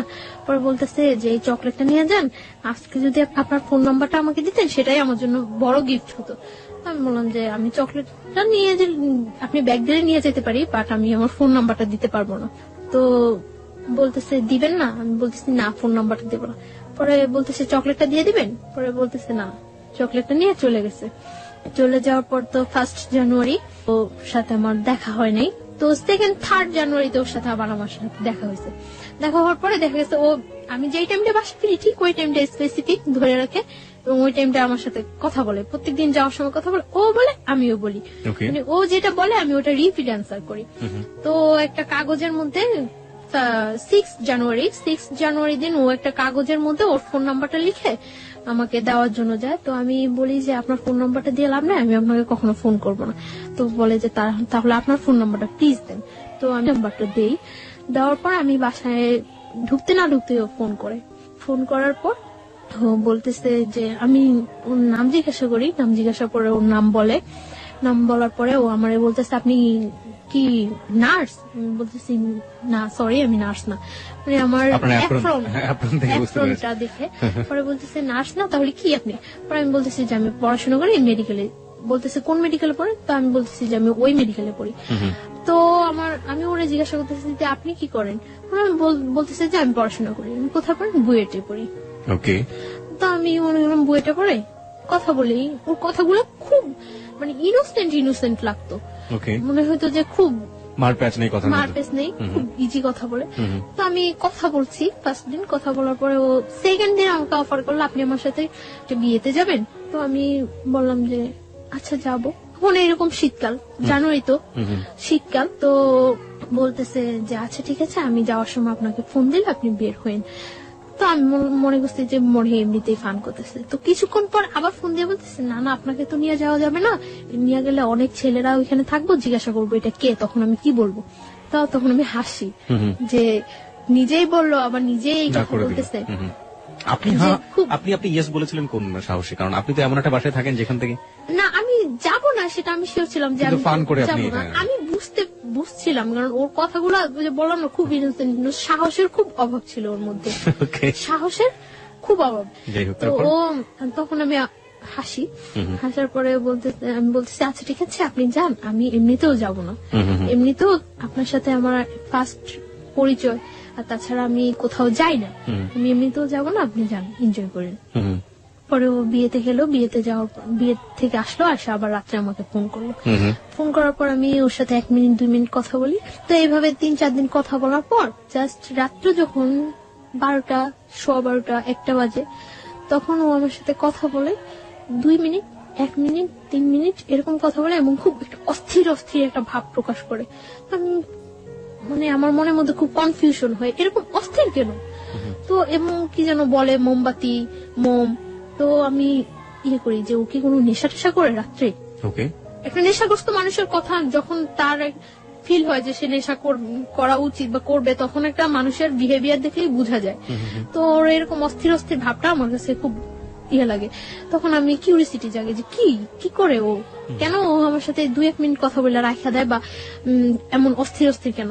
তো আমি ওই টাইমটা আমি ওরে বিশেষ করে ফোন দিই তখন রাত্রে যে কেন কি করে ও আমি এটা জানার চেষ্টা করি। তো এইভাবে কয়েকদিন চলে যায়। কয়েকদিন পরে ও একদিন ওর বাইক আছে, ও একদিন আমার কলেজ থেকে আনতে যায়, সেটা আমার না বলেই যায় ফোন করে যে আমি আসছি, আপনি আমার সাথে যাবেন। পরে আমি আচ্ছা ঠিক আছে দাঁড়ান, তো আমি বের হয়ে আসি। আসার পরে আমার নিয়ে আসে বলতে কি মানে আমার বাসায় ইজি নিয়ে যেতে পারতো, অনেকটা ঘুরায়। তো মানে ও বলে যে আপনি জাস্ট আমার একটু সাপোর্ট করে বসেন, যাতে আপনি পড়ে টরে না যান, আমার ভয় লাগতেছে যদি আপনি পড়ে যান। আমি বলি কোনো প্রবলেম নেই। ও মহাখালীর দিকে নিয়ে যায়। তো মহাখালী ফ্লাইওভার অনেক রাফ ড্রাইভ করে, জাস্ট এরকম একেবারে কাত হয়ে যায় যাতে এরকম, একটু ধরার জন্য আপনাকে। মানে এরকম রাফ ড্রাইভ করতেছে। এমনিতেও ও সবসময় রাফ ড্রাইভ করে, একটু সুযোগ পাইলেই, রাস্তা একটু ফাঁকা পাইলেই এরকম করে। তো ফ্লাইওভারের উপরে একেবারে কাত হয়ে গেছে। তখন আমার কাছে একটু ভয় লাগছিল, তখন আমি এরকম কাঁধের উপর হাতটা রাখি। হাতটা রাখার পরে মানে এরকম করে অনেকটা ঘুরায়, মিরপুরের দিকে নিয়ে যায়, নিয়ে অনেকটা ঘুরে টুরে বাসার একটু দূরে বাসা থেকে নামায় দেয়। তো আমি বাসায় যাই, তারপরে এরকম কথা বলতে থাকে। তো ওই আমাকে বলে যে আপনি আমার ফ্রেন্ড হবেন। তো আমি বলছি আচ্ছা ঠিক আছে ফ্রেন্ড হবো। তখন কিন্তু আমি জানি না যে ও পড়াশোনা করে না বা কিছু। তখন আমি বলি যে আপনার ক্যাম্পাসটা তো কাছেই, আপনি কেন কলেজে যান না? বলে এই সমস্যা ওই সমস্যা, মারামারি করছে, এটা হয়েছে ওইটা হয়েছে, কিন্তু ও বলে না যে ও পড়াশোনা করে না বা করেই নেই, ওইটাও বলে না। তো তারপর ও এইভাবে চলতে থাকে, কিছুদিন যায়, ও বলে যে আপনি আমার ফ্রেন্ড হন। আচ্ছা ফ্রেন্ডশিপ করলাম ওর সাথে। ফ্রেন্ডশিপ করার পরে মানে কয়েকদিন যায় ভালোই। তো ও বলতেছে যে ফ্রেন্ড থেকে তারপরে চিন্তা পরে করবো, আগে ফ্রেন্ড। আপনার বাসায় বুঝতে পারতাম না এগুলো, যে আপনি যেখানে আছেন যেভাবে আছেন, আপনার তো যিনি আপনাকে জোর করে বিয়ে করেছেন তারও তো বোঝার ব্যাপার ছিল, সেও বুঝতে পারতো না? কেউ বুঝতে পারতো না। আমি সবসময় মানে আউটসাইডে বাইরে গিয়ে ওর সাথে বেশি কথা বলতাম, আর রাতে 2-1 মিনিট কথা বলতাম। তো একদিন আমরা ধানমন্ডি লেকে নিয়ে যায় আমাকে কলেজ থেকে, মানে কথা বলতে থাকে। তো কথার মধ্যে আমি হঠাৎ দেখি ও সিগারেট খাচ্ছে। তো তখন আমি ইয়ে করি যে ও স্মোক করে। তো আমি ওর কথার মধ্যে জিজ্ঞাসা করি যে আপনি কি কোনো নেশা করেন, ড্রাগস নেন বা অ্যাডিক্টেড আপনি? পরে বলতেছে যে হ্যাঁ। পরে আমি বলতেছি যে কেন? পরে বলতেছে যে আমার লাইফে একটা কষ্ট আছে, ওকে, তার জন্য। তো আমি বলছি কি কষ্ট? তো বলে যে একটা মেয়ের সাথে আমার অ্যাফেয়ার ছিল, তো মেয়েটা আমার ছাইড়ে চলে গেছে, তারপর থেকে আমি ইয়ে করি। তারপর মানে এই কথা বলে। তো আমি বলতেছি যে মেয়েটা চলে গেছে তার জন্য আপনি এইভাবে ড্রাগ নিচ্ছেন, এটা কিন্তু ঠিক না। এইভাবে ও কথাটা বলছে, আমার কাছে খুব খারাপ লাগছে। তারপর আমি ওর সাথে ভালো ফ্রেন্ডশিপ করি, প্রায় প্রত্যেক দিনই কথা বলি, সকালে যাওয়ার সময় কথা বলি, বিকালে আসার সময় কথা বলি। তো ও দেখা গেছে মানে আমার বাসার সামনে দিয়ে যাওয়ার সময়, মানে যেতে হলে আমার বাসার সামনে দিয়ে যেতে হয়, আর আমার আসতে হলে ওর বাসার সামনে দিয়ে আসতে হয়। মানে যাচ্ছে আমাকে দেখে যাচ্ছে, আসছে আমাকে দেখে আসছে, এভাবে চলতে থাকি কিছুদিন। তারপরে কিছুদিন চলার পরে একদিন আমি মানে আমার মার সাথে কথা বলি। আমি মার সাথে কথা বলার পর আমার মন খুব খারাপ থাকে। তখন মার্চের 7 তারিখ, 8 তারিখ থেকে আমার পরীক্ষা, 3rd সেমিস্টার। তো আমি ইয়ে করি, মার সাথে কথা বলার পরে মানে আমার মন খুব খারাপ থাকে। খারাপ থাকার পর আমি ওরা ফোন করি, আমার সাথে মুভি দেখবেন? পরে বলতেছে হ্যাঁ দেখবো। পরে আমি বলতেছি আচ্ছা ঠিক আছে। তখন বাজে 12:30 দুপুর। হ্যাঁ দুপুর। আমরা 3টার দিকে মুভি দেখবো এই করি। পরে ও অনেক ফ্রেন্ডদের ফোন দেয় ওর, যে কোন হলে মুভি দেখা যায়, মুভি দেখার মতো কোন ভালো পরিবেশ আছে। তখন মানে স্টার সিনেপ্লেক্সে, তো সিটিতে নিয়ে আসে আমাকে, বাসা থেকে বের হই 2টার দিকে। তো আস্তে আস্তে আসার পরে লাল টিপ মুভিটাই হয়। আসার পরে টিকিট পাই না, আমরা টিকিট পাই না। তো আমি ওই দিন অনেক জেদ করি যে আমি আজকে মুভি দেখবই। আমার কাছে খুব খারাপ লাগতে থাকে, মানে ও কোনো ফ্যাক্ট না, আমি যে ওর সাথে ঘুরতেছি বা মুভি দেখতেছি এটা কোনো ফ্যাক্ট না। আমার মনের মধ্যে ওই ইয়াটাই থাকে যে আমার মার সাথে আমি কথা বলছি, ওই ব্যাপারটাই আমার মনের মধ্যে সবসময় কাজ করতে থাকে। টিকিট পায় না, টিকিট না পাওয়ার পরে 7টা শো টিকিট ইয়ে করে, প্রবলেম নেই 7টাই দেখবো। টিকিট কেনার পরে এখন এখানে গিয়ে এতক্ষণ ওয়েট করবো। তো ও আমাকে বাইরে নিয়ে যায় বাইক দিয়ে, একেবারে টিএসসি ভার্সিটি হয়ে একেবারে ওইদিকে জগন্নাথ কলেজ টলেজ ওইদিকে ইয়ে হয়ে ঘুরায়। তো ঘোরানোর পরে গোলা কিনে আমি তো গোলা খাই। গোলা খাওয়ার পরে ও শহীদ মিনারের ওইখানে বসে, ও বাইকের উপরে বসে, আমি শহীদ মিনারের যে আছে প্রাচীরটা আছে সাইডে একেবারে ওইখানে বসে। স্যান্ডেল খুলে বসছিলেন না? স্যান্ডেল না, মানে পা ঝুলে, পা ওই পাশে ঝুলে। শহীদ মিনার সম্পর্কে আপনারা মাঝে মাঝে এই ধরনের পত্রপত্রিকা আমরা ইনফরমেশন গুলো পাই, যারা ওখানে বসেন, কাপল বসেন আর নর্মাল মানুষ বসেন, যাই বসেন না কেন, শুধুমাত্র 21শে ফেব্রুয়ারির দিন ছাড়া আর এই ফেব্রুয়ারি মাস ছাড়া বাকি দিনগুলো আসলে আমাদের শ্রদ্ধা থাকে না। আমরা স্যান্ডেল সহ উঠে যাই, যাচ্ছে তাই একটা পরিবেশ থাকে। কর্তৃপক্ষ যারা আছেন তারা তার দৃষ্টি রাখেনি না, কর্তৃপক্ষের কথা বাদ দিলাম, আমাদের অন্তরের জায়গা হচ্ছে ওটা, সেই অন্তরকে যেন আমরা শ্রদ্ধা করি, এমন কোন অ্যাক্টিভিটিস ওখানে না করি। যাই হোক, হ্যাঁ তারপর আপনি যেটা বলছিলেন। তারপর বসার পরে কথা বলি, অনেকক্ষণ কথা টথা বলার পর আমরা আবার ব্যাক করি। ছবি টবি দেখেছিলেন দুজনে হ্যাঁ, একসাথে? হ্যাঁ। মুভি দেখছিলাম, আমি মুভি দেখতেছিলাম, খুব মনোযোগ দিয়ে কি মুভি ধরনের কথা দেখতেছিলাম। হতো ওই সময় আপনাদের মধ্যে? জাস্ট এই কথা ওই কথা, ওইটা করছে ওইটা করছে এটা করছে এরকম। তো ও কখনো আমার সম্পর্কে জানতে চায়নি, আমার ফ্যামিলি ব্যাকগ্রাউন্ড বা কখনো জানতে চায়নি। আর আমি আমার ফ্যামিলি ব্যাকগ্রাউন্ড ওর কাছে সব সত্যই বলছি, ফ্যামিলি বলেছেন, বাট আপনার যে এই যে বিয়েটা হয়েছে বা শুধু এটাই এই বলি, পার্টটা আপনি বলেন। এই পার্টটা বলিনি। তো আমি এখানে কোথায় থাকি সেটা ও কখনো আমার কাছে জানতে চায় না। আমরা মুভি দেখি, আমি মুভিটা খুব মনোযোগ দিয়ে দেখি এবং ভালো লাগে আমার কাছে মুভিটা। আর ও মুভি দেখে না, ও এখানে বসে আমাকে দেখে। তো আমি বের হয়ে ওরে বলতেছি যে মুভি কেমন লাগলো, বলছে আমি কি মুভি দেখছি নাকি? আমি তো কি দেখছেন? আমি ততক্ষণ দেখছি যে আপনি কিভাবে মুভি দেখেন। ওকে ওকে, তারপর মানে বাসায় চলে যাই। বাসায় চলে যাওয়ার পর মানে আমরা বাইরে খাইটা বাসায় চলে যাই। চলে যাওয়ার পর ও রাত্রে আমাকে 1:30টার দিকে ফোন দেয়, আমি পড়তে থাকি, তখন ফোন দিয়ে ও আমাকে মানে একসাথে মনে হয় যে আমরা শীট দেখলে মুখস্থ করে পড়া বলি না টিচারদের কাছে, একসাথে ওরকম মনে হয় যেন কোনো শীট মুখস্থ করে একসাথে ও আমাকে বলে যে আমি তোমাকে পছন্দ করি, এরকম এরকম এরকম সব একসাথে এক চান্সে মুখস্থ করে দেয়। এক চান্সে মুখস্থ। তো আমি আশ্চর্য হয়েছি যে এটা ছোটবেলা আর পিছনের বাড়ি থেকে মা চিল্লাতো, এই পড়িস না কেন, ওরকম ছোটবেলার কথা মনে পড়ে গেল আপনার কথা। হ্যাঁ, একসাথে বলতো। কি আশ্চর্য, এটা কি কোনো বলার ওয়ে? তো আমি চুপ করে থাকি। পরে বলতেছে তুমি আমার পরে জানাই।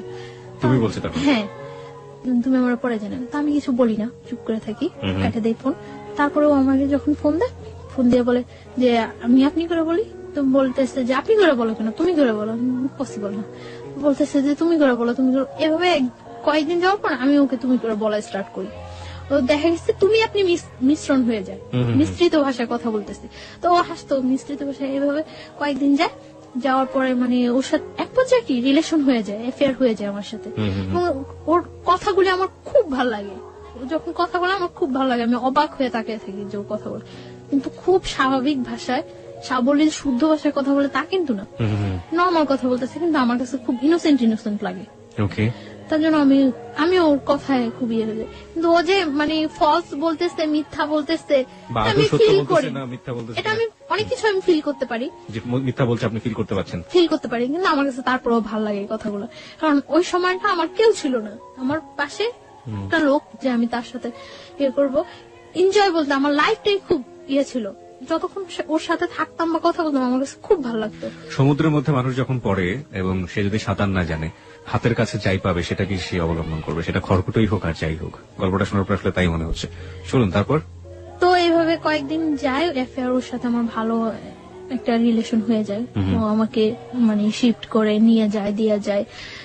ওর সাথে যে কোনো ব্যাপারে আমি ওর সাথে শেয়ার করি, যে কোনো। কিন্তু শুধু একটা ব্যাপারই আমি বলি না যে আমার আগে একটা বিয়ে হয়েছিল, আমি অনেক ট্রাই করি বলার জন্য যে আমার এটা বলা উচিত, কিন্তু আমার বলতে গেলেই ভয় হয় যে এটা বললে সম্ভবত ও আমার সাথে রিলেশন রাখবে না। কিন্তু ওর কথার মধ্যে অনেক সময় প্রকাশ পাইতো যে ও বলতো যে তোমার যদি 20টাও বিয়ে হয় তাতেও কোনো প্রবলেম নেই, তারপর আমি তোমাকে বিয়ে করবো। আচ্ছা, তার মানে আপনি বলে দিয়েছেন যে আপনি তাকে লাভ করেন? হ্যাঁ, দুজনের মধ্যে ওয়ার্ড দিয়ে হয়ে গেছে। হ্যাঁ, ওকে।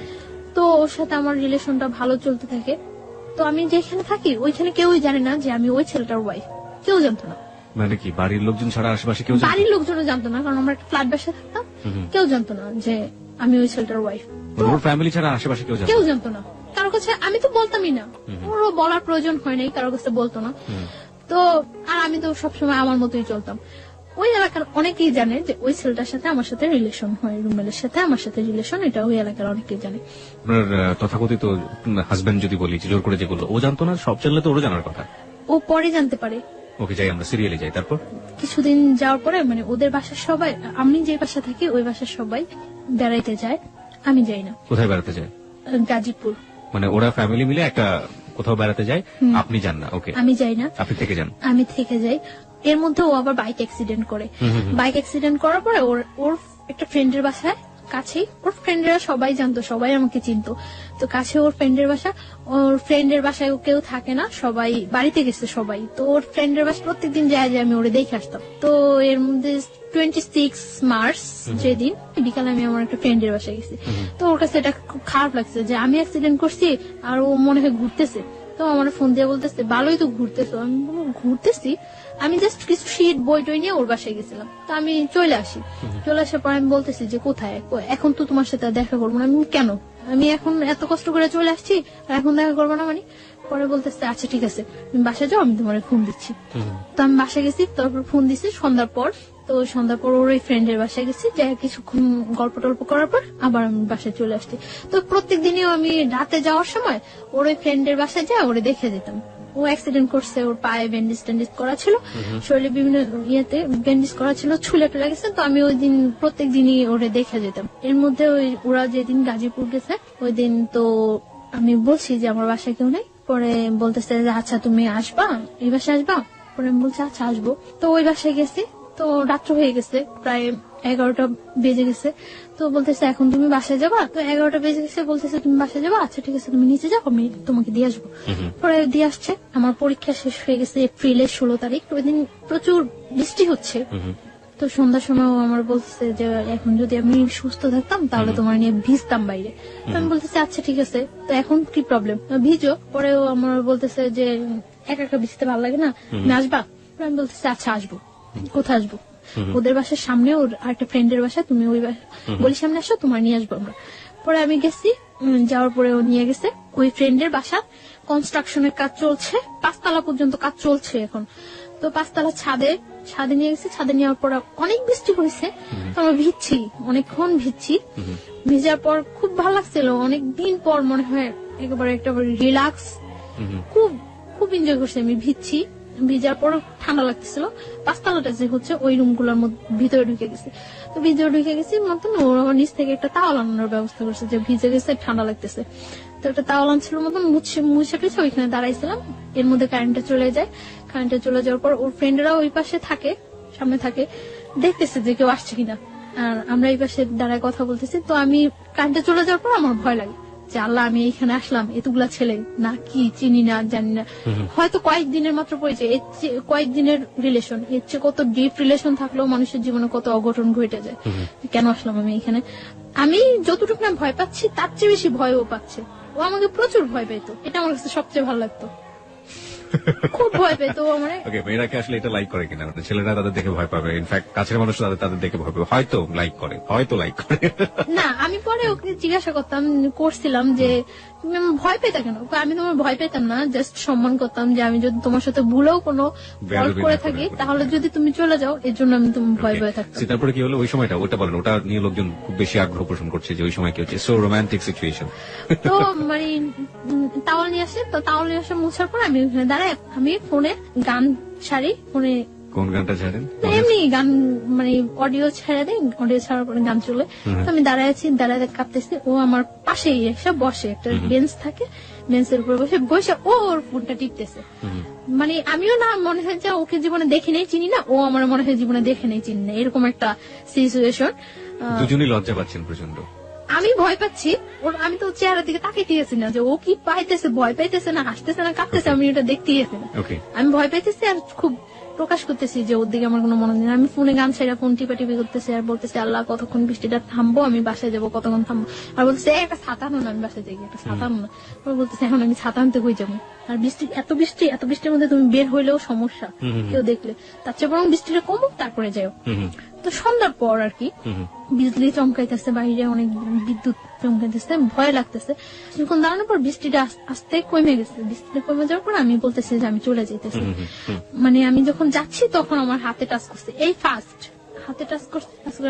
মানে আমার হাতটা ধরে টান দিয়ে বলতেছে আমি জাস্ট তোমার কাছ থেকে ঠিক এতটুকুই চাই, এর বেশি কিছু চাই না। তারপর আমি চলে আসছি বাসায়। চলে আসার 2-3 দিন পরে আরেকদিন সন্ধ্যার পর বের হয়েছি, আমাকে একটা বাসায় নিয়ে গেছে, তাও আরেকটা বাসার ছাদে নিয়ে গেছে।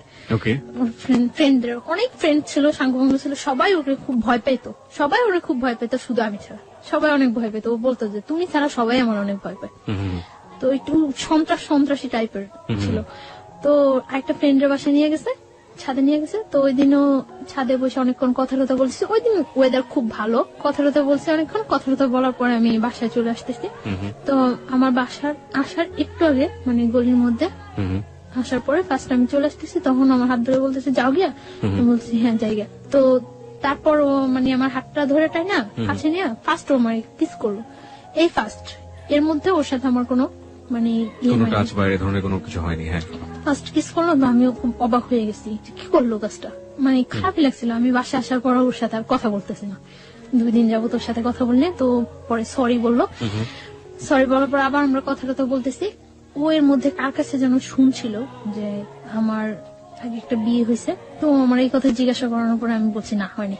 প্রথমে আপনি অস্বীকার করেছেন? হ্যাঁ, না হয়নি, এরকম কিছু হয়নি।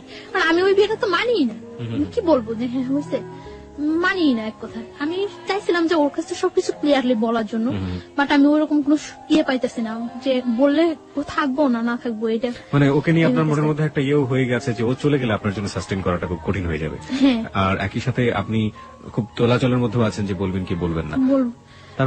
তারপর ও আমার বলছে আচ্ছা ঠিক আছে তাহলে তুমি আমার সাথে বাইরে যাবা। আমি বলছি, আচ্ছা যাবো। মানে তখন ও যেটা বলে আমি ওইটাই রাজি, ও যেটা বলে আমি ওইটাই রাজি। আমি বলছি আচ্ছা ঠিক আছে যাবো। তো কোথায়? আচ্ছা কক্সবাজার। আমি বলছি আচ্ছা ঠিক আছে যাবো, আগে বিয়ে করতে হবে। আপনি বললেন ওকে যে আগে বিয়ে করতে হবে? হ্যাঁ, বিয়ে না করলে আমি তোমার সাথে কক্সবাজার যাবো কেন? আশ্চর্য, তুমি কে? আর তোমার সাথে আমার যতটাই রিলেশন হোক এত দূরে যাওয়া তোমার সাথে কখনো পসিবল না। তখন আমি জানতে পারি যে ও পড়াশোনা করে না। কিভাবে জানলেন? ও নিজে থেকেই মানে ওর বিয়ে করার বিয়েতে আগ মুহূর্তে সবকিছু বলে দিয়েছে? না, ওর বিহেভে আস্তে আস্তে ফিল হয়েছে যে ও পড়াশোনা করে না। তারপর ও স্বীকারও করছে যে ও পড়াশোনা করে না, নিজে থেকেই বলছে। কোন ক্লাস পর্যন্ত পড়েছে নাকি একেবারেই পড়েনি? 9 পর্যন্ত নাকি পড়ছে। তারপর এই কথা হয় যে বিয়ের পর কক্সবাজার যাব। আচ্ছা ঠিক আছে, তো ও রাজি হয়, আমিও রাজি হই। তারপর আমরা একটা মসজিদে কিছু ফ্রেন্ড সময় একটা মসজিদের হুজুরের মাধ্যমে বিয়ে করি। এবং আপনি তখনও জানালেন না যে আপনি বিবাহিত? না, তখন আমি জানাইনি যে আমি বিবাহিত। তো তখন ও শুনে, একটু একটু শুনে। তো ওর বাসা থেকে আমার বাসাটা ডিফারেন্স ছিল, আমি যে ছিলাম মাঝখানে 2টা বাসা। তো আমার মনের মধ্যে সবসময় এটা হতো যে ও যেহেতু আমাকে পছন্দ করে, আমার সাথে ওর অ্যাফেয়ার, ওকে আমার সম্বন্ধে খোঁজ খবর না নিছে, আর তাহলে ও কেন বলে এটা যে হ্যাঁ তোমার বিস্টার বিয়ে হলো আমি তোমাকে বিয়ে করবো। একটা প্রস্টিটিউট গালে রেখে কেউ বিয়ে করে ভালো করে না? তো ও সবসময় এই কথাগুলি বলতো, তার জন্য আমার মনের মধ্যে আরো হয়তো যে ও সম্ভবত জানে। তারপর হুজুর আমাদের বিয়ে পড়ানোর পরে কাগজ টাগজ সবকিছুই হয়। বিয়ের পর আমরা কক্সবাজার যাই, আমি ওর সাথে কক্সবাজার যাই। ও তখন আমাকে বিলিভ করে না, জাস্ট ইয়ে করে ঠিক আছে। ওর মনের মধ্যে একটা ইয়ে থাকে যে ওর অনেক শত্রু থাকে, ইয়ে থাকে যে আমি ওর কোনো ক্ষতি টতি করার জন্য কেউ আমাকে সেট টেট করলো নাকি। আচ্ছা আমাকে একটু বলেন তো, আপনি যে এত বড় একটা রিস্ক নিলেন, আপনার আগের যে হাজবেন্ড ছিল, হাজবেন্ড আসলে আপনার দিক থেকে না হলো তো যে কাগজে কলমে হয়ে গিয়েছে আপনার সাথে, হাজবেন্ড জোর করেই করেছে, তো সেও তো ব্যাপারটা জানে না তখন? না, জানে না। তো আপনার কি মনে হয়নি কখনো যে আপনি যে রিস্কটা নিচ্ছেন, যে ঝুঁকিটা নিচ্ছেন, এটা এক ধরনের আপনাকে ডিজাস্টার করে দিবে বা একটা বড় ধরনের সমস্যায় ফেলবে? আমার তখন ওর ছাড়া আমার মাথার মধ্যে কিছুই ছিল না। আর ও যেটা বলতো আমি ওটাই হ্যাঁ, ও যেটা বলতো না করতো ওইটা না। এবং আমার সবসময় ইয়ে ছিল যে যাই হোক আমার ওকে প্রয়োজন আমার। এবং যেটা হয়েছে যে আপনার আশঙ্কা হয়েছে যদি আমি বলি আমি বিবাহিত, যদি ওকে হারাই, এবং সেই কারণে আপনি গোপন করে গেছেন, তাই তো? গোপন করে গেছি। ওকে, যান। তারপর আমরা কক্সবাজার যাওয়ার জন্য বাসে উঠি। বাসে উঠার পর ও আমার ফোনটা নিয়ে অফ করে দেয়, কারণ ওর মনের মধ্যে একটা শঙ্কা থাকে যে কেউ আমাকে আবার ওর কাছে পাঠাইলো টাঠাইলো নাকি, সেট করলো নাকি, কারণ ও বিভিন্ন সাইডেও অ্যাডজাস্ট। ওকে, তার জন্য মানে আমি ওগুলো কিছুই জানতাম না যে আগে। ও আচ্ছা, বিভিন্ন সাইডে অ্যাডজাস্ট, সুতরাং ওর মনে আশঙ্কা হয়েছে যে কোনোভাবে গোয়েন্দাগিরি করুক বা কোনো ধরনের ক্ষতি করার জন্য ওকে ইনভলভ করে দিল কিনা, হ্যাঁ এই ধরনের। তার জন্য ও তখন মানে কাবিন করে ইয়ে করে নেই, রেজিস্টার করে ইয়ে করে বিয়েটা করেনি, শুধুমাত্র মসজিদে গিয়ে বিয়েটা করেছে, হুজুর দিয়ে ইয়ে করে বিয়ে করছে যে ও কক্সবাজার যাওয়ার পর শিওর হবে যে ও কোনো ক্ষতি করবেন না আপনি। হ্যাঁ, আমরা বাসে যাই, যাওয়ার পরে তো তারপর হোটেলে উঠি। একদিন আমরা বিকালে সি বিচে ঘুরি, সি বিচে ঘুরে আসার পর রাত্রে ওর সাথে আমার কথা হয়। মানে তখন তো আমরা হাজবেন্ড ওয়াইফ, শরীয়ত মতে হাজবেন্ড ওয়াইফ। তো ফার্স্ট রাত্রে কথা, অনেকক্ষণ কথাটাতে হওয়ার পর তারপর খুব জার্নি করে যাই তো প্রায়, মানে যেখানে আমরা কক্সবাজার পৌঁছানোর কথা সকালে, ওইখানে আমাদের প্রায় 3:30 4টা বেজে যায় কক্সবাজার পৌঁছাতে। এবং যাওয়াটা খুব জার্নি হয়ে যায়, এবং যে পথের মধ্যে বাস নষ্ট হয় অনেক, তার জন্য মানে তোকে সময় লেগে যায় অনেক। হ্যাঁ, খুব ক্লান্ত লাগে, তো আমরা শুয়ে পড়ি। এর মধ্যে ফার্স্ট আমার সাথে রিলেশন, ফিজিক্যাল ইন্টিমেসি বা যেটা বলি শারীরিক সম্পর্ক হয়। তো মানে আমি ওটার জন্য, এটাই ছিল আপনার জীবনের ফার্স্ট ফিজিক্যাল রিলেশনশিপ, রাইট? ওকে, তো আমি ওটার জন্য প্রস্তুত ছিলাম না। কেন প্রস্তুত ছিলেন না? না, আমার মনের মধ্যে এরকম কিছু ছিল না। এরপর আপনি একজনকে বিয়ে করেছেন, আপনি তারপর মনের মধ্যে থাকবে না, ব্যাপারটা কেমন হয়ে গেল না? না, আমি এইভাবে চাচ্ছিলাম না। কিভাবে যাচ্ছিলেন? আমি জাস্ট ওর সাথে হ্যাঁ কোনো সম্পর্ক ছাড়া আমার একটা মেয়ে ওর এত দূরে যাওয়া ঠিক না, তার জন্য আমি ওরা বলছিলাম যে হ্যাঁ বিয়ে পরে তারপরে যাব। বাট এইভাবে আমার কোনো ইয়ে ছিল না। আমার কাছে ব্যাপারটা অনেক খারাপ লাগছে, অনেক ভয় পাইছি আমি। ভয় পাওয়ার পরে আমি আচ্ছা, ভয় আপনি washroom-এ- ওয়াশরুম প্রসঙ্গে আমরা আসছি, ভয় আপনি কেন পেতেন? মানে ভয় কি আপনি পুরো সিচুয়েশনটাকে পেয়েছেন নাকি ফিজিক্যাল ব্যাপারটাকে পেয়েছেন? কারণ আপনি ডাক্তারি পড়াশোনা করছেন, so you know better. Physical রিলেশনটা চেয়ে আমি সিচুয়েশনটা বেশি ভয় ভয় পাইছি। পেয়েছি, এক্স্যাক্টলি। সিচুয়েশনটা আমি বেশি ভয় পাইছি। তো আমি ওয়াশরুমে যাই অনেকক্ষণ কান্না করি, ওয়াশরুমে যাই যে কি করলাম, কি হলো, ঠিক করলাম না ভুল করলাম। আমার মনের মধ্যে সবসময় একটা কনফিউশন থাকতো যে আমি কাজটা কি ঠিক করছি না ভুল করছি। তো ও বুঝতে পারে যে আমি ওয়াশরুমের মধ্যে কান্না করতেছি। তো আমি অনেকক্ষণ পর যখন দরজা নক করার পর আমি ওয়াশরুমের দরজা খুলি, তো ও আমার টাওয়াল দেয়। তারপর আমি ফ্রেশ ট্রেশ হয়ে ভিতরে এসে দেখতেছি যে ও হাত কেটে অনেক ব্লাড হয়েছে। তো আমার কাছে আবার অনেক খারাপ লাগে যে ও হাতটা কাটলো আমার জন্য। আমি এই সিনটা তো না করলেও পারতাম না। আমি বুঝতেছিলাম না যে আমি কি করছি, কি করা উচিত, বা আমি ভুল করতেছি না ঠিক করতেছি। শুধু আমার এর মধ্যে আমি একটা জিনিস ফিল করি যে আমি কোনো কিছু না করলে হয়তো বা ও আমার ছেড়ে চলে যাবো।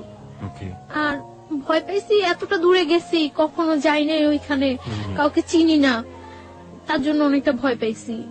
তো তারপর খাবার নিয়ে আসে, খাবার নিয়ে আসার পর ও নিজে আমার খাওয়াই দেয়। খাওয়াইটাও দেওয়ার পর মানে আমার ইয়ে করে যে সরি, তুমি যে এরকম কান্নাকাটি করবো আমি বুঝি নাই, এটা কর। তারপর ইজি হয়ে যায়।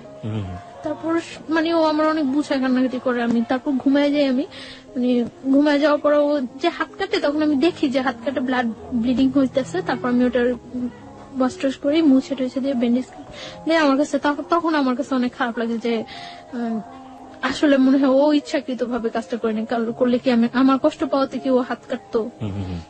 তারপরে ও এখানে থাকি, 4-5 দিন থাকি, আমরা খুব এনজয় করি। তারপর এনজয় করলেও ওর মধ্যে একটা মানে কনফিউশন থাকে। আমার মনের মধ্যে তো সবসময় একটা ইয়ে যে আমি কি করতেছি, কোথায় যায় দাঁড়াবো আমার জীবনটা, আমি কি করতেছি এটা। আর আমার মনে হয় যে আমার চোখ বুঝলে শুধু আমি ওরে ফিল করতে পারি, আর কিছুই না।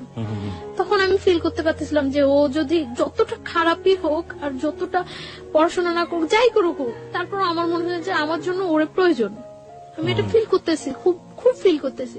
হ্যাঁ, আমি দেখি যে ও খুব কান্নাকাটি করতেছে। তো আমি ওরে জিজ্ঞাসা করি যে কেন কান্নাকাটি করতেছো। তখন ও আমার বলতেছে যে আমি তোমার অনেক লাভ করি, অনেক ভালোবাসি, কিন্তু বাট যদি আমি তোমার না পাই এজন্য অনেক কান্নাকাটি করে ও, যে আমি তো আমার ফ্যামিলির কিছুই জানিনি যে এরকম ইয়ে করতেছি। এর মধ্যে আমরা হিমছড়ি, মহেশখালী অনেক জায়গায় ঘুরি, খুব এনজয় করি। তার মধ্যে আমার মনের মধ্যে সবসময় একটা ও আমার জিজ্ঞাসা করতো কি চিন্তা করো তুমি, এত কি চিন্তা করো, এত কি চিন্তা করো। তারপর আমি বলতে পারতাম না যে আমি এই ব্যাপারটা চিন্তা করতেছি। আমার মনের মধ্যে সবসময় ইয়ে হতো যে ও আমার ছেড়ে চলে যাবো তাহলে। তো তারপর আমরা ঢাকা চলে আসি। আসার সময় সারা বাসের মধ্যে আমি মানে খুব আমার পেইন ফিল হইতেছিল, পেটে অ্যাবডোমেনাল পেইন হচ্ছিল, আমার পেট ব্যথা করতেছিল প্রচুর। কেন যেন আমার খুব খারাপ লাগতেছিল এবং আমার মনে হইতেছিল যে আমি জীবন থেকে মনে হয় অনেক কিছু হারাই ফেলতেছি। আস্তে আস্তেই মানে সারা রাত্র আমি ইয়ে করি যে আমি আর ওই বাসায় থাকবো না। যে যেভাবেই হোক আমার এই ওকে পাইতে হলে আমার এই ওয়েটা থেকে বের হয়ে আসতেই হবে যেভাবেই হোক। আমি কক্সবাজার যাওয়ার পরেই ওই ছেলেটা জানে যে আমি ওর সাথে কক্সবাজার গেছি বা ওর সাথে আমার রিলেশন। শুনে তখন যে মানে দারোয়ান, তারপরে এলাকার লোকজন বলে যে আপনাদের বাসায় যে মেয়েটা আছে ওই মেয়েটার সাথে তো ওই ছেলেটার সাথে রিলেশন। তখন ও সবাই পাবলিশ করতে থাকে যে আমি ওর ওয়াইফ, এটা পাবলিশ করতে থাকে। তখন আমি কিছুই জানি না।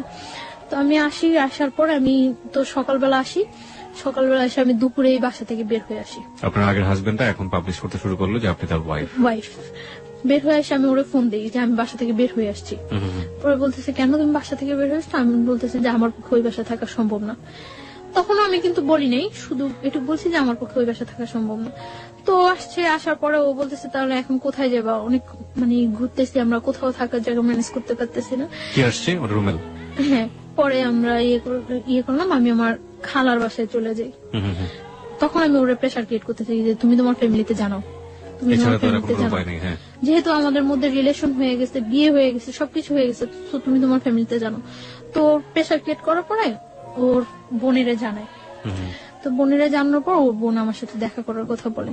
তো ও এটা বলে না যে বিয়ে হয়ে গেছে, এটা বলে না, জানতে পছন্দ করে। তো আমার ওর বোনের কাছে নিয়ে যায়, দেখা টাকা হয়, কথা টথা হয়। পরদিন 15ই জুন ওর বার্থডেতে ওর বোনের বাসা আমাকে ইনভাইট করার পর আমি ওর বোনের বাসায় যাই। সবাই খুব ইজি মাইনা নেয়, সবাই বুঝে না আসলে যে রিলেশনটা এত ডিপলি, এটা কেউ বুঝে না, মনে করে যে হয়তো বা থাকবে কি থাকবে না, ফ্রেন্ডশিপ আছে, গার্লফ্রেন্ড বয়ফ্রেন্ড এরকম গার্লফ্রেন্ড বিষয়টা, হ্যাঁ। বয়ফ্রেন্ড মানে না ইজিলি। তো ওর বোনের বাসায় যাওয়ার পর ওই বাসায় দুপুরে আমি লাঞ্চ করি, লাঞ্চ করার পর বিকালে ওর ওর বোনের হাজবেন্ড, ওর যে দুলাভাই করে না, সাপোর্ট করে না, তো বিকালে আমি কেক টেক কাটার পর সন্ধ্যা রাত্রেও আমার দিতে আসে। তো দিতে আসার পর আমার খালতো ভাইয়ের সাথে ওর ইন্ট্রোডিউস হয়। ইন্ট্রোডিউস হওয়ার পর আমার খালতো ভাই ফিল করে যে এটা হলো কারণ যে ও ওই বাসা থেকে কেন চলে আসছে। এটা হলো আমার খালতো ভাইয়ের সাথে আমার আগে যে হাজবেন্ড ছিল ওর সাথে খুব ভালো রিলেশন ছিল। আমার খালতো ভাই করে কি ব্যাপারটা আমার ফ্যামিলিতে জানিয়ে দেয়, আমার বাড়ি থেকে আমাকে ইমিডিয়েট বাড়িতে যাওয়ার জন্য ফোন করে, আমার আব্বু অসুস্থ বলে। তা আমি বাড়িতে যাই। এই গেলেন কতদিন পরে গেলেন? 1 বছর 4 মাস। ওকে, আপনার ফার্স্ট হাজবেন্ড যাকে বলছেন আপনি, সে এই ঘটনার পর থেকে কোনো সিন ক্রিয়েট করেনি? কারণ সে তো সন্ত্রাসী ছিল এক ধরনের। ও তো মানে গ্রামে থাকতো, শহরে ওর ততটা প্রভাব নেই। ও মানে খুব ঠান্ডা মাথায় করতো, কাজগুলো করতো, কোনো মানে করতো না, কোনো সিন ক্রিয়েট করতো না। ও করছে যে একই এলাকার মধ্যে যখন ঘটনা, তো আমি যদি এটা পাবলিশ করে দিতে পারি ও আমার ওয়াইফ, তাহলে ও এখানে কখনো এস্টাবলিশড হতে পারবে না। কক্সবাজার যাও কিছুদিন আগে হঠাৎ করে ও যখন মানে আস্তে আস্তে শুনতে থাকে, তখন ও ওই ফ্ল্যাটটা ছেড়ে দেয়, ফ্ল্যাটটা ছেড়ে ওর মাকে বাড়িতে পাঠিয়ে দিয়ে একটা টিন শেড বাসা নেয় ওইখানে, আপনারা যেখানে থাকতেন ওখানে টিন শেড বাসা নেয়। তো ওই বাসা আমার ওর সাথে উঠতে এখন আমি বাধ্য, ওই বাসায় উঠি, এক রুম বাসা, তো মানে যাতে সবাই জানতে পারে যে আমি ওর ওয়াইফ এরকম একটা করে। ওই বাসা আমার মনে হয় 7-8 দিন থাকা হয়, তারপর তো আমি কক্সবাজারে চলে যাই। কক্সবাজার যাই আমি 6 তারিখ, আসি আমরা 12 তারিখ। তো আপনি যেটা বলছিলেন যে আপনার বাবার বাসায় গেলেন 1 বছর 4 মাস পর, সেখানকার থেকে আমরা শুরু করেন। না, আমার বাড়ি থেকে করে যে আমার আব্বু অসুস্থ, বাড়ি যাওয়ার জন্য বলে যে আমার কাকা আমার যারা আছে সবাই বাড়ি যাচ্ছে। তো আমি কয়েকজনের কাছে ফোন দিই, কেউই জানে না আমার আব্বু যে অসুস্থ। তারপর মানে হঠাৎ করে শুনে আমি করতে পারি না, আমি আচ্ছা ঠিক আছে আমি আসবো। তো কিছুক্ষণ পর আবার সবাই ফোন দিয়ে বলতেছে হ্যাঁ তোমার আব্বু অসুস্থ। আমার কাছে ব্যাপারটা খুব লাগে। তো আমি ওরা বলতেছি যে আমার এইভাবে বাসায় বাড়িতে নিয়ে যেতেছে, আমি ওর সাথে হোস্টেল খুঁজতেছি তখন। তো বাড়িতে যেতে হবে, আমি বাড়ি যাওয়ার জন্য দুপুরে আমরা ওর কাছ থেকে বিদায় নিয়ে আসতেছি। ও রাস্তার মধ্যে দাঁড়ায় কান্না করতেছে, আমি চলে আসতেছি, ও কান্না করতেছে। আমার কাছে খুব খারাপ লাগতেছে তখন যে সেই জানুয়ারি মাস থেকে ওর সাথে আমার হইতেছে, কিন্তু কখন আমি একটা দিন মনে হয় ওরে ছাড়া ওর সাথে আমার দেখা হয়নি, এরকম যায়নি। ও যখন রাস্তার মধ্যে দাঁড়ায় কান্না করতেছে তখন আমার কাছে খুব খারাপ লাগতেছিল যে আমি যাব না। তারপর আমি বাড়িতে যাই, যখন আমি লঞ্চে উঠি, লঞ্চে উঠার পর মানে কিছুটা যাওয়ার পর আমি জানতে পারি যে আমার খালতো ভাইটা ফিক করে আমাকে বাড়িতে নিয়ে যাচ্ছে। তখন আমার মানে লঞ্চের মধ্যে বলতেছে যে তুমি যে কাজটা করছো কাজটা কি ঠিক? আমার খালতো ভাইটা আমার 6 মান্থের ছোট। তো ও যে আমাকে লাইক করতো, পছন্দ করতো, সেটা আমি কিছুই জানতাম না। আমি হঠাৎ দেখতেছি ও আমার পা ধরে বলতেছে যে আমি তোর অনেক ভালোবাসতাম, তুই যে এই কাজটা করবি আমি কখনো বুঝিনি। হ্যাঁ, আশ্চর্য হয়ে যায় যে ও কি বললো এটা। পরে আমি বলছি কি কাজ? পরে বলছে তুই এইরকম একটা ছেলের সাথে করতেছ, করতেই পারি, এটা আমার লাইফ। আপনার কি ফার্স্ট লাইফটা সম্পর্কে সে জানতো না? যে হ্যাঁ জানতো। তারপরে এবং ফার্স্ট লাইফটা আমার যতটুকু মানে সাপোর্ট করার ও আমার তখন করতো যে এইভাবে তুই বাইরে আসবি ওইখান থেকে, এইভাবে করবি। ওর সাথে আমার সাথে জাস্ট একটা ফ্রেন্ডের মতো ছিল আমার খালতো ভাইটার সাথে আমার সাথে। ওকে, যখন দেখলো যে আপনি বাইরে হয়েই গেছেন অন্য একজনের সাথে, তখন কি সে আপনার পা ধরতেছে যে না তুই এটা করতে পারবি না? ওকে, হ্যাঁ। এবং আমার ফার্স্ট লাইফে মানে যত সমস্যাগুলি সিনক্রেট করছি আমি ওই বাসায় সবটা ওর করছি। ওকে, লেট মি, আমার মনে হয় গল্পটা অনেক জটিল হয়ে গেছে আমাদের শ্রোতাদের কাছে, আমি একটু পরিষ্কার করে দিতে চাই। বন্ধন ব্যাপারটা হচ্ছে এরকম যে প্রথম যে ঘটনাটা করেছে তার জীবনে, ছায়ার জীবনে, সেটা তো আপনারা জানেনই যে জোরপূর্বক, এবং জোরপূর্বক ওর কোনো যাওয়ার কোনো গতি ছিল না, এবং যে কারণে সে ওই ছেলের সাথে এতদিন পর্যন্ত থেকেছে, ওই বাসায় থাকতে হয়েছে তার। এই থাকা অবস্থায় সে তার খালাতো ভাইয়ের কাছ থেকে ফুল সাপোর্টটা পেয়েছে, এবং খালাতো ভাই বলেছে কিভাবে বাসা থেকে বের হয়ে আসবি, কিভাবে তুই আমার এই কাজটা করবি, ওই কাজটা করবি, ফুল সাপোর্টটা সে পেয়েছে।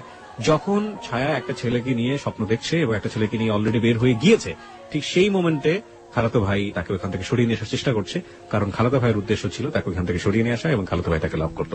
ঘটনার ইকুয়েশনটা এখন এরকম। চলুন তারপর মানে ওর কথাগুলো শুনে আমি সব অবাক হয়ে গেছি। ও বলতেছে যে তুই যে কাজটা করছিস, যে ছেলেটার সাথে তোর অ্যাফেয়ার, তোর কখনো করবো? পরে আমি বলতেছি হ্যাঁ করবো। তখনও কিন্তু ও জানে না যে আপনি ম্যারিড। না, তো আমি বলতেছি যে হ্যাঁ করবো। পরে বলতেছে যে পরে ওর সাথে আমার সাথে অনেক কাটাকাটি হওয়ার পরে তো সকালবেলা বাড়ি যেয়ে আমি ওর অনেক রিকোয়েস্ট করি যে তুই বাড়িতে কাউকে এই কথাটা বলবি না, বাড়িতে কাউরে এই কথাটা বলবি না। পরে আমি বাড়িতে যাওয়ার পর ও সাথে সাথেই ব্যাপারটা আমার বোনের সাথে শেয়ার করে, এবং আগে থেকেই হয়তো ওই যে রাত্রে ওর সাথে ইন্ট্রোডিউস, আমার মনে হয় রাতেই ফোনে ও ব্যাপারটা শেয়ার করছে, এবং শেয়ার করার পরে বাড়ি থেকে আমাকে নিয়ে যাওয়ার জন্য ইয়ে হয়েছে। আমি বাড়িতে যাওয়ার পরে আমার জিজ্ঞাসা করে যে এরকম যে সত্যি তোর সাথে ওই ছেলের সাথে রিলেশন, পরে আমি বলি যে না, আমার ওর সাথে এরকম কোনো ছেলের সাথে, কারণ আমি জানি যে ওইখান থেকে আমার আসতে হলে এটা আমার যেভাবে হোক চাপাই যেতে হবে। তো তারপরে কি করে আমার ফোন থেকে ওই নাম্বারটা, রুমেলের নাম্বারটা আমার বাড়ির সবাই সেন্ড করে দেয়, এবং তখন বাড়ি থেকে রুমেলের ফোন দেয়। ফোন দিয়ে রুমেলের বলে যে তুমি কি জানো ওর যে আগে একটা বিয়ে হয়েছিল। মানে আমার বাড়ি থেকে ইয়াটা ছিল এরকম যে আমার আগের হাজবেন্ডের সাথে কাট করে এখান থেকে আমাকে একেবারে নিয়ে যাবে, এবং নিয়ে যাওয়ার পরে যে আমি বাইরে যাই, কিছু বাইরে ইয়ে করে আসবো, আসার পর এস্টাবলিশড ভাবে ইয়ে করার জন্য। কিন্তু আমার খালতো ভাই ওটা ইয়ে করে যে ওই ছেলেটা পড়াশোনা করে না বা দেখতে ইয়ে না, দেখতেও ততটা ইয়ে না, রুমেল ঢাকার ছেলে, তার জন্য সব দিক দিয়ে ওকে ডিসলাইক করানো, মানে ফ্যামিলিতে যা করা লাগে সে সেটা করেছে। আর আমার খালতো ভাইটা সবাই খুব পছন্দ করে, আপনার ফ্যামিলি, আমার ফ্যামিলি ছাড়াও সবাই খুব পছন্দ করে ওরে। আমি ওরা অনেকবার রিকোয়েস্ট করছিলাম যে তুই বাড়িতে পড়বি না। ও কি করছে, বাড়িতে যা ফোন নাম্বারটা দিয়ে দেওয়ার পর রুমেলের ফোন করছে। আমার মা ফার্স্ট ফোন দেওয়ার পর রুমের ফোন রিসিভ করার পরে বলতেছে আমি, মানে আমার আগের হাজবেন্ডের বলতেছে যে আমি ওই লোকটার শাশুড়ি। তো অবাক হয়ে গেছে যে কি বলতেছে। তো ও মা বলে কথা বলছে, কথা বলার পরে মানে আমার বাড়ি থেকে বলেছে যে আমি ম্যারিড। তো আমার জিজ্ঞাসা করছে যে তুমি কি সত্যি ম্যারিড? আমি বলছি না, আমি ম্যারিড না। কখন আমি বিশ্বাসই করি না যে আমি বিয়ে করছি বা আমার এরকম। আমার ইয়ে ছিল যে ওরা আমি সবকিছু একদম সুন্দর ভাবে বুঝাই বলবো। এইভাবে বললে তো পরে বলতেছে যে সত্যি তুমি ম্যারিড না। আমি একটু গিয়েছিলাম যে আমি যে কাজটা করিনি আমার পক্ষ থেকে, এটা রিলিজিয়াস পার্সপেক্টিভে এটা বিয়ে না, এটা হওয়া সম্ভব না, এবং হ্যাঁ কোনোভাবেই আমার মনের মধ্যে এইটুকু গিয়েছিল যে আল্লাহ আমাকে কখনো এর জন্য শাস্তি দিব না, কারণ আমি তো ইচ্ছাকৃত ভাবে কিছু করিনি। তো বলছে আচ্ছা ঠিক আছে। পরে আমি পরদিনই আমি বাড়ি থেকে খুব তোড়জোড় করে আমি ঢাকা আসতেই হবে, পরদিনই আমি চলে আসি ঢাকা। এক কথায় পালাই চলে আসি ঢাকা, বাড়ি থেকে পালাই চলে আসি, দুপুরবেলা পালাই চলে আসি। আসার পর পরদিন সকালে আসি, আসার পরে আমার মনের মধ্যে কেনই যেন একটা এক্সট্রা সাহস হয়ে গেছিল যে আমি তো এই কাজটা করিনি, তো আমি অন্তত আল্লাহর সাপোর্টটা তো কম। তো আমরা তখন বলতেছো মিথ্যা হলে কিন্তু তুমি পাগল হয়ে যাবে, এটা হইব ওইটা, কিচ্ছু হবে না, আমার কিচ্ছু হবে না। এইভাবে বলিনি যে আমার বিয়ে হয়নি, আমি ওরে বলছি যে না আমি কাউকে বিয়ে করিনি। Okay, this is the note of line. ও বলেছেন আমি কাউকে বিয়ে করি নাই। আমি কিন্তু এটা বলতে পারতাম যে আমার বিয়ে হয়নি, আমি কিন্তু এটা বলিনি। আমি বলছি যে আমি কাউকে বিয়ে করিনি, কারণ আমি ওই রেখে দিছি যাতে আমি ওরে বলতে পারি পরে। ওকে, তারপর ও বিলিভ করার পর আমার হোস্টেলে উঠায় দেয়। ওই দিনই হোস্টেলে উঠায় দেওয়ার পরে আমি তখন আমার কলেজ অফ, পড়াশোনা থেকেও আমি অনেকটা ইয়ে হয়ে গেছি। আমি তো ওর সাথে ঘুরতেছি, ইয়ে করতেছি, খুব এনজয় লাইফে। মানে ওরা আমার মতো হ্যাপি পার্সন নেই। ও মানে এতটা ভালো হয়ে গেছে, ওর আগে যে অ্যাডিক্টেড ছিল, নেশা করতো, ওগুলো সব ছাড়িয়ে দিতেছে। কি নিত আমাকে একটু বলেন তো সম্পর্কে, ও কি ধরনের নেশা করতো? ও আগে ইয়াবা নিত। এমনিতে ও সব প্রকার নেশা করার ওর অভ্যাস আছে। আচ্ছা, আর এমনিতেই ওর যেটা বলছিলেন যে সন্ত্রাসী টাইপের ছিল, মানে কোনো ঝামেলা ছিল? হ্যাঁ, ও বলছিল আমারে যে ওর আউটসাইডে কিছু প্রবলেম আছে। সেগুলো কি আপনি জানেন? হ্যাঁ আমি জানি। ওকে, মানে you want to share with us or not? আপনি শেয়ার করতে চাচ্ছেন না? আমরা ধরে নিচ্ছি ও যাকে ভালোবাসে রোমেল, সে এমন একটা জগতের সাথে জড়িত যেটার সাথে আসলে সাধারণ মানুষের ভালো চোখে দেখার কথা না, কিন্তু ও যে জায়গাটা থেকে রোমেলকে দেখে সেই জায়গাটা অনেক পবিত্র একটা জায়গা। আমরা সেই জায়গাটা থেকে দেখতে চাই রোমেলকে, এবং ও চেষ্টা করে যাচ্ছে রোমেলকে ভালো করার জন্য, এবং রোমেলও সেই জায়গাটা থেকে ভালো হওয়ার জন্য নিজেকে পরিবর্তন করার চেষ্টা করছিল। আমরা এই পজিটিভ জিনিসটাকে হাইলাইট করতে চাই। চলুন তারপর। তো দেখা যেত আগে প্রচুর পরিমাণে স্মোক করতো। যখন আমার সাথে এরকম ডিপ রিলেশন যাচ্ছে, ও তখন দিনে 2-3টা সিগারেট খাচ্ছে, মানে তাও আমাকে বলে খাচ্ছে। না, আমি চাচ্ছি যে ওর লাইফটা আমি এইভাবে ইয়ে করে দেব যাতে ও কখনো এটা ইয়ে করতে না পারে যে আমি আগে একটা বিয়ে হয়েছে তার জন্য ও আনহ্যাপি না। আমার সবসময় চিন্তা থাকতো যে আমি যদি কোনো একটু ভালো করি তার চেয়ে বেটার যাতে ও করতে পারে। আমি সবসময় এটা ফিল করতাম যে আমার ফ্যামিলিটা আমার কাছে ফ্যামিলি না, ওর ফ্যামিলিটা যাতে আমার কাছে ফ্যামিলি। আপনাকে তখন খরচটা দিত কে? আমার কাছে আমি বাড়ি থেকে আসার সময় কিছু টাকা ছিল, তারপর ও বিয়ার করতো এখানে। আমি ও টাকাটা পেত করতে? হ্যাঁ, ও টাকাটা ওর অনেক রিচ ফ্যামিলি। কয় ভাই বোন ছিল ওরা? এক ভাই এক বোন। ও একা ছিল? বাবা কি করতেন? বাবা মারা গেছে। সো ও কি বড় ছিল? ও ছোট ছিল, বোনের বিয়ে হয়ে গেছে। বুঝতেই পারছেন তার জন্য টাকা ম্যানেজ করা কোনো ব্যাপার না। আচ্ছা ঠিক আছে, তারপরে আপনি তারপর হোস্টেল আমি- থেকে পড়াশোনা করতেন? হ্যাঁ। পড়াশোনাটা তখন আমার অফ আছে, আমার কলেজ অফ, রেজাল্ট হয়ে গেছে। রেজাল্ট হওয়ার পর আমার রেজাল্ট খুব ভালো হয়েছে, আমি মেডিকেলের মধ্যে সেকেন্ড পজিশনে আসছি। Congratulations. এত কিছুর পরেও সেকেন্ড পজিশনে আপনার আসছি। আপনার- এবার আমরা বারবার একটু ইন্টারাপ্ট করছি, কারণ যে আপনার ফার্স্ট যিনি জোর করে আপনাকে বিয়ে করলেন, ওনার অ্যাক্টিভিটি ওই সময় কি ছিল, উনি কি করছেন? উনি তখন ফোন দিচ্ছে, ফোন দিয়ে এটা ওটা বলছে, ইয়ে করছে, বাট কখনো আমার সামনে আসছে না। রোমেলকে ট্রাই করেছে? রোমেলকে ফোন দিয়ে কথা বলেছে? না, আমার ফোনে ফোন দিয়ে কথা বলছে, কি বলবো? রুমেলের সাথেও আমার ফোনে ফোন দিয়ে কথা বলছে, বাট ও কখনো সামনে আসছে না। আমার ইচ্ছা ছিল যে ও যদি কখনো সামনে আসে তাহলে আমি সবটা সামনে ক্লিয়ার করে দেব। ওকে। আমি তার জন্য বারে বারে রুমেলকে বলতাম, মানে তখন তো ও জানতো না, তখন ওই ছেলেটা মানে বলতো যখন, তখন আমি তো বলিনি, ওই ছেলেটা বলতো, তখন আমি বলতাম যে আচ্ছা ওই ছেলেটা তুমি সামনে আসতে বলো। সামনে আসার পরে আমি ইয়া করছিলাম যে ওই ছেলেটা যদি সামনে আসে, সামনে আসার পরে আমি সব সামনে সামনে ক্লিয়ার। আপনারা খুব সুন্দর একটা সময় পার করছিলেন দুজনে মিলে। হ্যাঁ, ওখান থেকে শুরু করতে চাই। হ্যাঁ, খুব সুন্দর যাচ্ছিল। এর মধ্যে আমি রোজার ঈদে আমি বাড়ি যাই। বাড়ি যাওয়ার পর মানে আমার ফ্যামিলি থেকে একটা প্রেসার ক্রিয়েট হয়। তো একদিন ওর সাথে আমি ফোনে কথা বলতেছি, কথা বলার সময় মানে একটু ঝগড়া হচ্ছে। তো ঝগড়া হচ্ছে মনে হয় আমি ওরা বলতেছি যে নিজের ওয়াইফের সম্মান দিতে পারো না, কথাগুলো বলতেছি। আমার আম্মু আরেক রুম থেকে শুনতেছে, আমি জানি না যে শুনতেছে। তো আমার আম্মু আমার জিজ্ঞাসা করলো যে কি ব্যাপারটা কি। পরে আমি চুপচাপ ছিলাম। তো চুপচাপ থাকার পর আম্মু আমাকে অনেকক্ষণ বকাবকি করলো। তো আমি পরে ওরে ফোন দিছে, মনে আমি বলতেছি যে তোমার জন্য আমি আজকে এতগুলি বকা শুনলাম। পরে ও আমার মার ফোনে ফোন দিছে মনে হয় আমার মা বলতেছে যে ব্যাপারটা কি আসলে তোমাদের। তো আমার মাকে বলতেছে যে আপনারা কেউ ওর সাথে খারাপ বিহেভ করবেন না। পরে বলতেছে তুমি এই কথা বলতেছো না। তো ও বলতেছে যে ও আমার ওয়াইফ, আপনারা ওর সাথে কেন খারাপ বিহেভ করবেন। তো আমার মা বলতেছে ও যে তোমার ওয়াইফ, এটা কাগজপত্র আছে তোমার কাছে? ওরা বলতেছে হ্যাঁ আছে। তো আমার মা বলতেছে যে কত টাকা বিন করে তুমি আমার মেয়ের বিয়ে করছো? পরে ও বলতেছে 50 লাখ টাকা। সত্যি করে বলো তুমি, তোমার সাথে ওর বিয়ে হয়েছে? পরে বলতেছে হ্যাঁ ওর আমার সাথে বিয়ে হয়েছে, আপনারা ওর ইচ্ছাগুলো আটকে রাখতে পারবেন না, আমি কিন্তু জোর করে হলো ওর কাগজপত্র দেখায় আইনের ব্যবস্থা নিয়ে ওরা নিয়ে আসবো। আমার জিজ্ঞাসা করছে মতো আমি বলছি হ্যাঁ হয়েছে। আস্তে আস্তে চুপচাপ হয়ে গেছে এবং চাইতেছে যে ওর সাথে ফেস টু ফেস দেখা করে কথা বলে ইয়ে করার জন্য।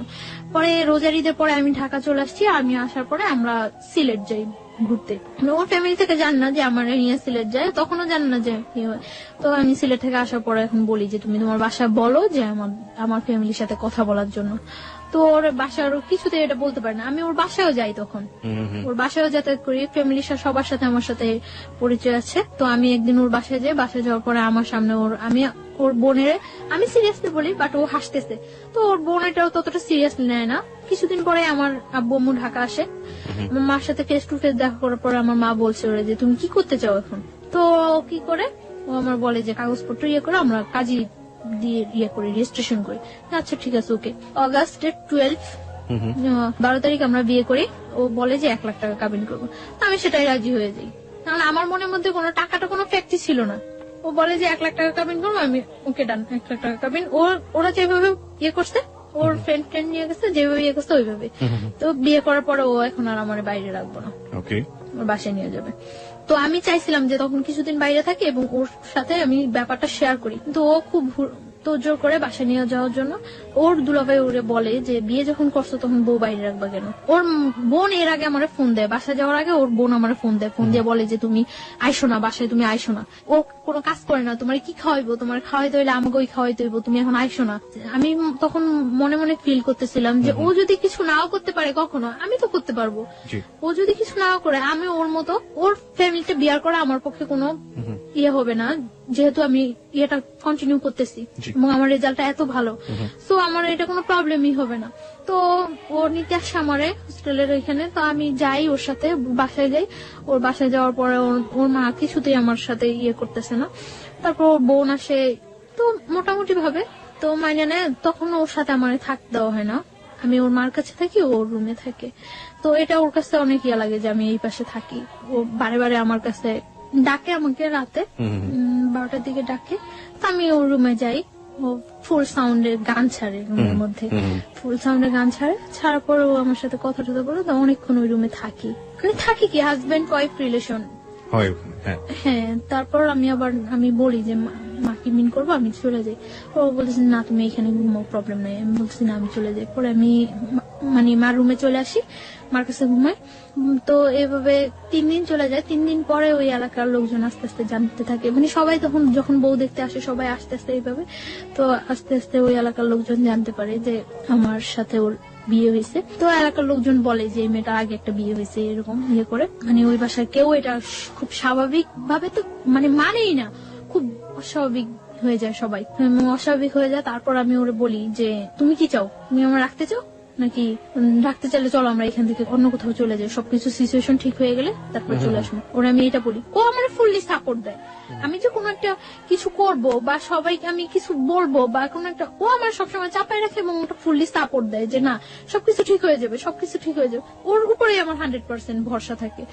এভাবে ইয়া হইতেছে, আমার বাড়িতে ফোন করছে, ওর বোন দুলাভাই ফোন করছে। ফোন করে নাকি আমার বাড়িতে অনেক হুমকি টুমকি দিয়ে থ্রেট করে যে আমি এখানে আসছি, আমার যখন একটা প্রবলেম করবো আমার এসে নিয়ে যাওয়ার জন্য ইয়ে করে। তো আমার বাড়ি থেকে অনেক রিকোয়েস্ট করে যে ওর সাথে কিছু করে না, আমরা ওরে নিয়ে আসার ব্যবস্থা করতেছি, আমরা আসতেছি। তো আমার বাড়ি থেকে আমার ফ্যামিলি পার্সনরা আসে, আমার মা আসে।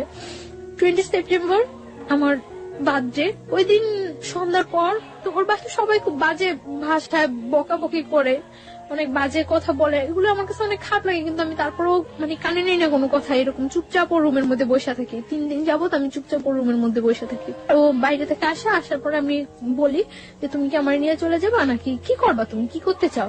ও বলতেছে তুমি কোনো কথা বলো না, চুপচাপ থাকো, কোনো ইয়ে না, সব ঠিক হয়ে যাবে। তো ওই রুমে যায়, ওর মার রুমে যায়, সবার সাথে অনেক রাগারাগি করে। মানে তখন আমার একটা ভিত্তি হয় যে না ও মনে হয় ঠিক আছে। তো এটা সম্পূর্ণ যে ফিক ছিল, সম্পূর্ণ ফিক করে এটা আমি বুঝতেই পারি না। তো রাত্রে আমি ওরা অনেক রিকোয়েস্ট করি যে দেখো আমার তোমার ছাড়া পসিবল না। ও এর মধ্যে বলা হয়নি একটা কথা, এর মধ্যে আমার কানাডা ইয়ে হয়ে যায়, মানে কিছুদিন 1 সপ্তাহের মধ্যে আমি কানাডা চলে যেতে পারি, আমার ভিসা প্রসেসিং সবকিছু ওকে হয়ে যায়। তো আমি ওরে বলি যে ধরো আমি যদি স্কলারশিপ নিয়ে বাইরে চলে যাই তো তুমি কি কি করবা? আমি জীবনেও যাইতে দেব না। আমি ওর একটা কথায় জীবনে যাইতে দেব না, ওই একটা কথায় অফ হয়ে যাই। আমি আর কানাডা যাওয়ার দ্বিতীয়বার নাম করি না। এটা আমার লাইফের সব চরম ভুল এই জায়গায় যে আমি ওইটাই ছেড়ে দিছি। তারপরে কি হলো? ওরে আমি অনেক রিকোয়েস্ট করি যে দেখো তুমি কি করবা, কি ইয়ে করতে। ও বলতেছে যে তুমি আমার সাথে থাকতে পারবা না। আমি বলছি হ্যাঁ পারবো। ওই 3 দিন আমার ওর সাথে আমি থাকতেছি। ওই দিন মানে আমার বার্থডে দিন রাত্রে ও আমার খুব হাসাইলো। হাজবেন্ড ওয়াইফের মধ্যে যে রিলেশনটা ফুললি, ওই দিন রাত্রে একেবারে সারা রাত্র ওইরকম একটা রিলেশন ছিল এবং আমরা ঘুমাইছি, খুব সকাল সকাল ঘুমাইছি ওই দিন। পরদিন সকালে আমার বাসা থেকে লোকজন আসছে, আসার পরে ওরা ওইখানে বিচারের বসাই ইয়ে করছিল। বিচার কেন হবে? বিচার কি করবে এখন, এটা কি করে ইয়া করা উচিত। তো ওর দুলাভাই ওরে বলছিল যে শালম সবকিছু ডিপেন্ড করে তোমার উপরে, রুমেল সবকিছু ডিপেন্ড করে তোমার উপরে। তুমি যদি ওরে রাখো, কারো ক্ষমতা নাই যে ওরে এখান থেকে পাঠিয়ে দেওয়ার বা তোমার থেকে বিচ্ছিন্ন করার। কিন্তু ও আমার একটা বারের জন্য ও আমার বলে নাই যে বা কিছু, ও আমার বারে বারে বলতেছে তোমার ফ্যামিলি থেকে কেউ আসলে তুমি চলে যাও, সবকিছু ঠিক হয়ে যাবে। যখন বিচার বসলো, বিচারের মধ্যে ও বলতেছে মানে ফার্স্ট টু লাস্ট আমাদের অ্যাফেয়ারের ঘটনাটা বলতেছে। বলার পর ও বললো যে আমার পক্ষে ওরে রাখা সম্ভব না। তখন আমি আশ্চর্য হয়ে গেছি যে ও এটা কি বললো। কালকে রাত্রে সামান্য কয়েকটা ঘন্টাও এতটা চেঞ্জ, আমি হতবাক হয়ে গেছি। ও কি বললো? ও বারে বারে সবাই ওরে জিজ্ঞাসা করতেছে যে তুমি যেটা করবা সেটাই হইব, তুমি যেটা বলবা সেটাই হইব। ও বারবার বলতেছিল এবং নিজে স্টামারাইছে, নিজে মানে সবকিছু নিজে ইয়ে করাইছে, একেবারে ডিভোর্সের ইয়ে করছে। আমার যখন সবাই বলতেছিল যে তুমি কি বলো, তুমি কি বলো, তখন আমি বারে বারে বলছি যে ও যেটা করবে সেটাই, ও যেটা বলবে সেটাই। আমি বারবার চাইছিলাম যে ও একটা কথা বলুক যে না আমি ওরে বিয়ে করছি, ওরে আমি লাভ করে ওরে আমার পক্ষে ছাড়া সম্ভব না। কিন্তু ও এই কথাটা বলে নাই। তখন আমি ওর রুমে ডাইকে নিয়ে যাই। আমি ওরে বলি যে আমি তো, তুমি কি একবার চিন্তা করতেছো যে আমি তোমার কাছ থেকে কতটা দূরে সরে যেতেছি, জীবনেও তুমি আর আমার পাইবা না। পরে ও বলতেছে তুমি চিন্তা করো না, সবকিছু ঠিক হয়ে যাবে। তখন ও আমার এই কথাটা বলতেছে। তখন আমি ওরে বলতেছি যে আমি তো চলে যেতেছি, তুমি আমার অনেক কিছু ওই ঘরে, অনেক কিছু অনেক স্মৃতি আমার ওই ঘরে। আমি ওরে পাঞ্জাবি করে দিয়েছিলাম হাতে সেলাই করা। তখন আমি ওরে বলি যে আমার একটা জিনিস দিবা। পরে বলতেছি কি? আমি বলছি তোমার ক্যামেরা থেকে মেমোরিটা আমারে দিয়ে দাও, এই ছবিগুলো আমি নিয়ে যাই সাথে। পরে ও আমার মেমোরিটা দিতে রাজি হয়নি। তখন মানে কাটসিট হয়ে গেছে, 50,000 টাকা দিয়ে দিবে। আমি ওরে বলতেছি যে এটা কি হইতেছে, আমারে বলতেছো যে তুমি আমি চলে যাওয়ার জন্য, তাহলে তো ডিভোর্সের টাকার এগুলোর কোনো প্রশ্ন জাগতেছে না। তখন ও আমার বলতেছে যে ওকে হয়ে যাবো, টাকাটা রেখে দাও, পরে যখন তোমার নিয়ে আসবো তখন ব্যাগ দিয়ে দিলেই হইব। তখন আমি ওরা 100% বিলিভ করছি। আমি টাকাটা হাতে নিতে চাইনি, ও বলতেছে নেও নাও। পরে আমি নিয়ে আমার মার কাছে দিয়ে দিচ্ছি টাকাটা। আমি সবাই বলছে যে টাকা দেওয়ার পরে ডিভোর্স হয়ে যাওয়ার পরে ওরা এখানে আর একটু থাকতে পারবো না, আমাদের সাথে বের হয়ে যেতে, মানে আমার ফ্যামিলি পার্সন গুলো উইথ আমি। তখন মানে কাজী তালাকের ডিভোর্সের ইয়াটা লেখা পড়তেছিল, পড়ে ওরে বলছিল যে তুমি সাথে সাথে পড়ো, পড়ার পরে সিগনেচার দিয়ে দিও। ও এত স্পষ্ট ভাষায় সাথে সাথে পড়ে সিগনেচার দিয়েছে, আমি আশ্চর্য হয়ে গেছি যে ও জানে যে আমি ওর জন্য ঠিক কতটুকু স্যাক্রিফাইস করছি, আর ও কিভাবে এটা করলো। তো যখন কাজী আমারে বললো যে তুমি এবার আমার সাথে সাথে বলে সিগনেচার করে দেবো, আমি কাজীর সাথে একটা ওয়ার্ড উচ্চারণ করতে পারি নাই। আমার মনে হইতেছিল যে আমার ভোকাল কর্ডটা অফ হয়ে গেছিল, আমি একটা ওয়ার্ড উচ্চারণ করতে পারি নাই। এবং সিগনেচার দেওয়া অবস্থায় যে আমার কতবার হাত থেকে কলমটা হয়ে গেছিল, আমার পুরো শরীর কাঁপতেছিল আমার, যে কি হয়ে গেল এটা, কি হয়ে গেল এটা, কি হয়ে গেল, মিলাইতে পারতেছিলাম না। ডিভোর্স হয়ে গেছে, আমরা চলে আসবো, মানে আমার ফ্যামিলি পার্সনটা বের হয়ে গেছে, আমি ওর সাথে কথা বলে বের হবো। তখন আমি এই রুম থেকে ওই রুমে যাওয়ার সময় ওর মা 5টা করে হিট করে, আমার শরীরে হিট করার পর ওইখানে যে কটা রিলেটিভ থাকে ওর বোন ছাড়া সবাই আমার হিট করে ওইখানে। তো আমি স্তব্ধ হয়ে গেছি পড়া, যে কি হয়েছে এটা, আমার লাইফে কি হইতেছে। সবাই যখন ওরা এতগুলো লোকের সামনে হিট করতেছে, ও বাইরে থেকে এসে আমার জড়ায় ধরে আমার বাইরে নিয়ে যায়। আমি অবাক হয়ে যাই ও চেহারা দিকে, আমি তাকাই যে এই ছেলেটা সেই ছেলেটা। আমি পুরো হতবাক হয়ে যাই। তারপর মানে যখন ইয়েতে স্টারে চলে আসি আমরা, বারবার পিছনের দিকে তাকাইতেছি যে ও আসতেছে কিনা, ওরা দেখতেছি কিনা, দেখি না। স্টারে আসার পরে ওরা আমাদের থেকে মানে 50,000 টাকা দিচ্ছে, ওইখান থেকে 10,000 টাকা ব্যাগ দিতে বলে ওই যে লোকগুলো ওইখানে ছিল তারা। আমার মা বলতেছেন যে তাহলে সবটাই রেখে দেন, দিয়ে আর 50,000 টাকা দিচ্ছেন, যা বলছেন বিচারা আপনাদের সবকিছু মাইনে আমরা আমাদের নিয়ে যেতেছি। পরে মানে 5,000 টাকা ওইখানে দিয়ে 45,000 টাকা নিয়ে ক্যাব করে আমরা চলে আসতে নেই। আমি মানে যতক্ষণ পর্যন্ত ওই এলাকাটা দেখা গেছিল ততক্ষণ পর্যন্ত তাকিয়েছিলাম যে হয়তো ও একবার পিছনে আসবে, একবার আসবে, আসেনি ও। তারপর যখন আমরা চলে আসি, আসার পর ও আমার ফোন দিয়েও আমার বলে যে একটু কথা বলো আমার সাথে। আমি তখন ইয়ে করি যে আমি আর জীবনে ওর সাথে কথা বলবো না। ও আমার বারে বারে রিকোয়েস্ট করে যে একটু কথা বলো আমার সাথে, একটু কথা বলো। অনেক কান্নাকাটি করতেছে, অনেক কান্নাকাটি করার পর আমি ওর সাথে কথা বলি। আমি ধরে রাখতে পারি না নিজেরে, আমি লুকিয়ে লুকিয়ে ওর সাথে কথা বলি। কথা বলার পর দিন যখন আমি বাড়িতে যাই, আমি প্রচুর অসুস্থ হয়ে যাই। আমি খবর পাই যে ও প্রচুর অসুস্থ হয়ে যায়, ওরা হসপিটালাইজ করতে হয়, আমার হসপিটালাইজ করে বাড়িতে। আমি একবার মেন্টালি সিক হয়ে যাই, পাগলের মতো হয়ে যাই। তো ইমিডিয়েট আমরা হসপিটালাইজ করে আইসিইউতে নিয়ে যায়। আইসিইউতে যখন নিয়ে যায় তখন আমার বাবা বলতেছে যে মা তোর কাছে আমার অনুরোধ, তুই ওই ছেলের কথা আর চিন্তা করিস না। পারি না, বারবার ওর কথা আমার মনে হয়। তখন আমার মনে হইতেছে আইসিইউতেও আমি মনে হয় সামনে ওরে দেখতেছি। যখন ওর সাথে ও আমার সাথে যোগাযোগ করে, পরে ওর সাথে আমার আবার কন্টিনিউ কথা হইতে থাকে। তো কিছুদিন পরে তো আমি ইয়ে করতে পারি যে আমি প্রেগনেন্ট। তখন আমি ওরা বলি, 7 দিনের মাথায় আমার দুলাভাই নিয়ে আমি আবার ঢাকা আসি। মানে আমি খুব অসুস্থ হয়ে যাই, আমার ঢাকা শিফট করতে বলে। তো আমার দুলাভাই আমার নিয়ে ঢাকা আসে, ওরা আমি ফোন দিয়ে বলি, বাবার সাথে মিট করতে যায়। আমার দুলাভাইয়ের কাছ থেকে বললে আমার নিয়ে আসে আমার সাথে সারাদিন ঘুরে। ওই দিন আমার নিয়ে কুমিল্লা যায়, আমরা ওইখানে থাকি, ওইখানে রাত্রে থাকি। ও বলে যে কিসের ডিভোর্স হয়েছে, এটা তো ডিভোর্সই হয়নি। ও আমারে বলে যে এটা ডিভোর্স হয়নি, ও স্বীকার করে না এটা ডিভোর্স হয়েছে, আমিও মানি না এটা ডিভোর্স হয়েছে। আমরা দুইজনে মেলা, আমি ওরে হলুদ দেই, ও আমার হলুদ দেয়, এবং আমরা ওই দিন বাসর ঘরটা সাজাই সুন্দর করে, রুমের মধ্যেই দুইজনে মিলেই ওইখানে আমরা ইয়ে করি। তারপর পরদিন আমি চলে আসার পরে আমার ডাক্তারটাকে দেখে বাড়িতে নিয়ে যায়। তখন আমার মানে যাওয়ার সময় আমার দুলাভাইয়ের সাথে কথা বলে। আমার মনে আছে ও ওই দিন কি পরিমাণ কান্না করে, আমার দুলাভাইয়ের কাছে হাত জোর করে রিকোয়েস্ট করে যে যাতে আমার কোনো কিছু না করে, ও আমার নিয়ে আসবো। অনলি কোরবানির ঈদ পর্যন্ত ও সময় চায় দুলাভাইয়ের কাছে, হাত জোর করে রিকোয়েস্ট করে। পরে আমার দুলাভাই তো কিছুতেই এটা আর ইয়ে করবো না, পরে যখন মানে দেখি যে আমার ফ্যামিলি থেকে আর কোনো সাপোর্ট নাই ওর ইয়েতে, তখন আমি আরো সিক হয়ে যাই, একেবারে পাগলের মতো হয়ে যাই। বাসায় মেন্টালি এতটা হয়ে যায় যে আমি যে আমার নিজের ক্ষতি করতেছে ওইটাও আমি তখন ফিল করতেছি না। আমি যে কোনো ওর সম্বন্ধে আমি সব সময় ঘরে এক কোনায় একটা বদ্ধ ঘরের মধ্যে দরজা টরজা বন্ধ করে অন্ধকার ঘরের মধ্যে এক কোণে বসে থাকি, এবং কেউ কিছু বললেই আমি নিজের মাথা নিজের ওয়ালের সাথে করতেছি, হিট করতেছি, নিজের মাথা আমার শরীর মাথা ফুলে টুলে যায়। এবং আমি তখন ড্রাগ নেওয়া শুরু করি। বাসায় আমার ব্যাগে অনেকগুলো প্যাথেটিন নিয়ে যাই আমি যাওয়ার সময়, মানে আমি কিছুতেই ওর নামাইতে পারতেছি না। তারপর যখন দেখা গেছে যে আমি এরকম ঠিক হয়ে গেছি, একেবারে মেন্টালি এক কথা পাগল হয়ে গেছি, তখন আমার দুলাভাই বলে যে না, ওর উপর আর কোনো টর্চার করার করার দরকার নেই, প্রেশার ক্রিয়েট করার দরকার নেই, যেহেতু ওই ছেলেও যাচ্ছে ওর সাথে সম্পর্ক রাখার জন্য। ওই ছেলে যদি না চাইতো তাহলে আমি ওর কোনো সাপোর্ট করতাম না। ছেলে যেহেতু নিজে আমার কাছে হাত জোর করে কাইনা কাইটা অনুরোধ করছে, সো থাকুক, ওর মতো থাকতে দেন, ছেলে তো বলছে কোরবানি ঈদের পরে ওরে নিয়ে যাবো। তো এর মধ্যে তখন তো আমি ওর জানে আমি প্রেগনেন্ট, আমি ওরে বলি প্রেগনেন্ট।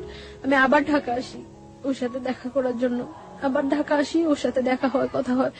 তো আমি ওই দিন বলি যে আমি আর বাড়িতে যাব না। তো ও বলে যে যতটা কষ্টই হোক তোমার কোরবানি ঈদ পর্যন্ত ওইখানে থাকতে হবে, ঈদের পরে আমি তোমায় নিয়ে আসবো, আমার যাই হোক, যদি আমার ফ্যামিলি থেকে সাপোর্ট না করে আমি তোমার নিয়ে বাইরে থাকবো।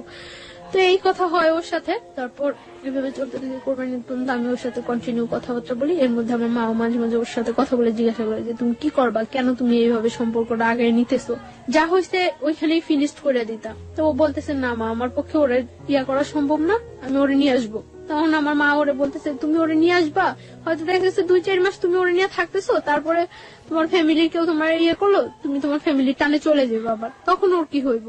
পরে বলতেছে না, কখনোই এরকম করবো না আমি আর। তো এইভাবে করতে থাকে। কোরবানি ঈদের পরে ও আমাদের বাড়িতে যায়। তখন তো 1 মান্থ ওভার হয়ে গেছে আমি প্রেগনেন্ট। হ্যাঁ, ও আমাদের বাড়িতে যায়। ওরা আমি কেউ জানাই না বাড়িতে এই ব্যাপারটা যে আমি প্রেগনেন্ট। তখন আমার বাড়িতে যাওয়ার পরে যেভাবে একটা গেস্ট আসলে যা করা হয় ঠিক ওর সাথে ওই ব্যাপারটাই খুব সুন্দর ব্যবহার করছে সবাই। সকালবেলা ব্রেকফাস্ট করতে দেওয়া হয়েছে, নাস্তা টাস্তা করতে দেওয়া হয়েছে, তো ওর জন্য পিঠা টিঠা অনেক কিছু করা হয়েছে। তারপরে ওরে মানে আমার দুলাভাই জিজ্ঞাসা করছে যে তুমি কি করতে চাও এখন, আমরা কি নতুন করে তোমাদের বিয়ের অ্যারেঞ্জ করবো, তোমার বাড়িতে জানাবো, তোমার বাসায় জানাবো তুমি যে এখানে আসছো, না কি করবো। ও বলতেছে না কিছু করে না, আমার আর অল্প কটা দিন সময় দেন, আমি ওরে নিয়ে যাবো। ভাইয়া বললো তাহলে তুমি এখানে থাকতে পারবে না, দেখো ওদের তো ভাইও নাই, এই বাসা থাকলে কে কি মিন করে, তাহলে বেটার হয় তুমি চলে যাও, তুমি যখন তোমার সময় হবে তখন তুমি আইসো। পরে সবার মন খারাপ হয়ে যায় যে কি বললো ছেলেটা, এতদিন পর্যন্ত ছেলেটা আমাদেরকে একটা কথা করে রাখছিল, এখন কি বললো। তারপর আমি ওরে জিজ্ঞাসা করি যে তুমি করো, তখন ও আমার বলতেছে যে আমার আর অল্প কটা কিছু দিনের সময় দাও।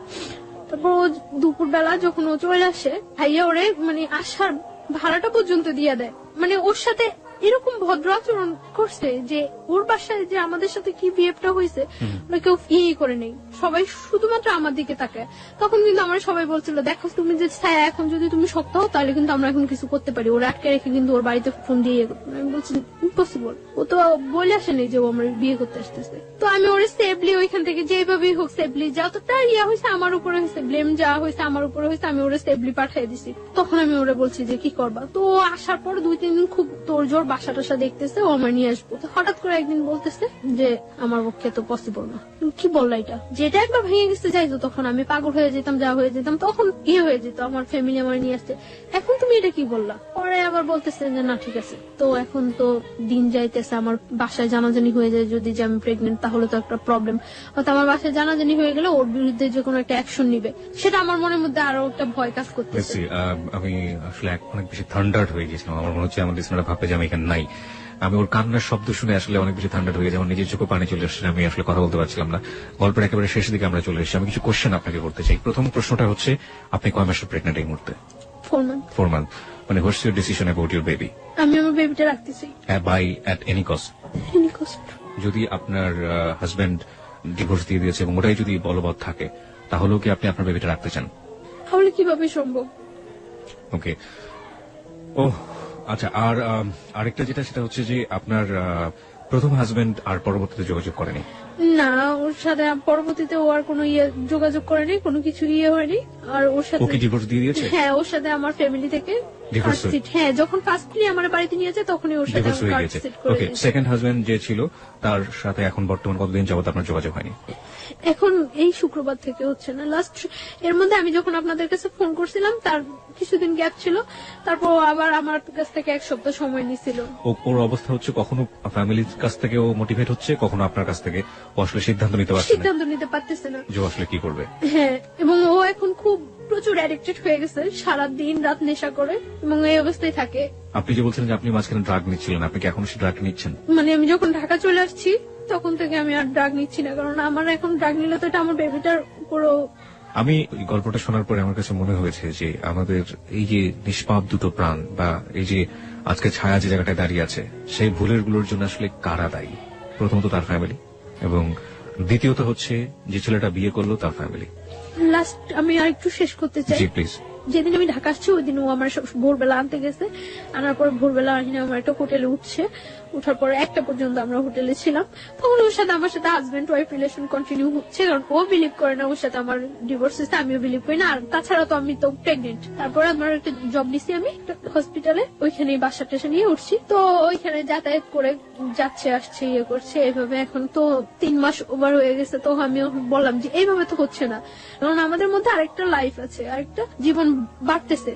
তো আমি ওর বলি যে এটা তুমি কিভাবে ইয়ে করবা, তো ও করতেছে না। তারপর আমি ওর বোনের ফোন দিয়া জানাইছি, ওর বোন ডাইরেক্টলি বলতেছে যে এটা যে ওর বেবি তার কি প্রুফ আছে। তারপর আমি বলছি যে ওরে জিজ্ঞাসা করার জন্য। আমি জানি না সত্য মিথ্যা কতটুকু, কে সত্য কথা বলতেছে কে মিথ্যা কথা বলতেছে। ওর বোন নাকি ওরে জিজ্ঞাসা করছিল, ও নাকি অস্বীকার করছে যে না এরকম কোনো বেবি টেবি নাই, এগুলি কিছুই না। আপনি সেই সত্যটাকে আপনি কিভাবে নেবেন সেটা আপনার একেবারে ব্যক্তিগত ব্যাপার, কিন্তু আমার মনে হচ্ছে কিছু একটা বলা উচিত।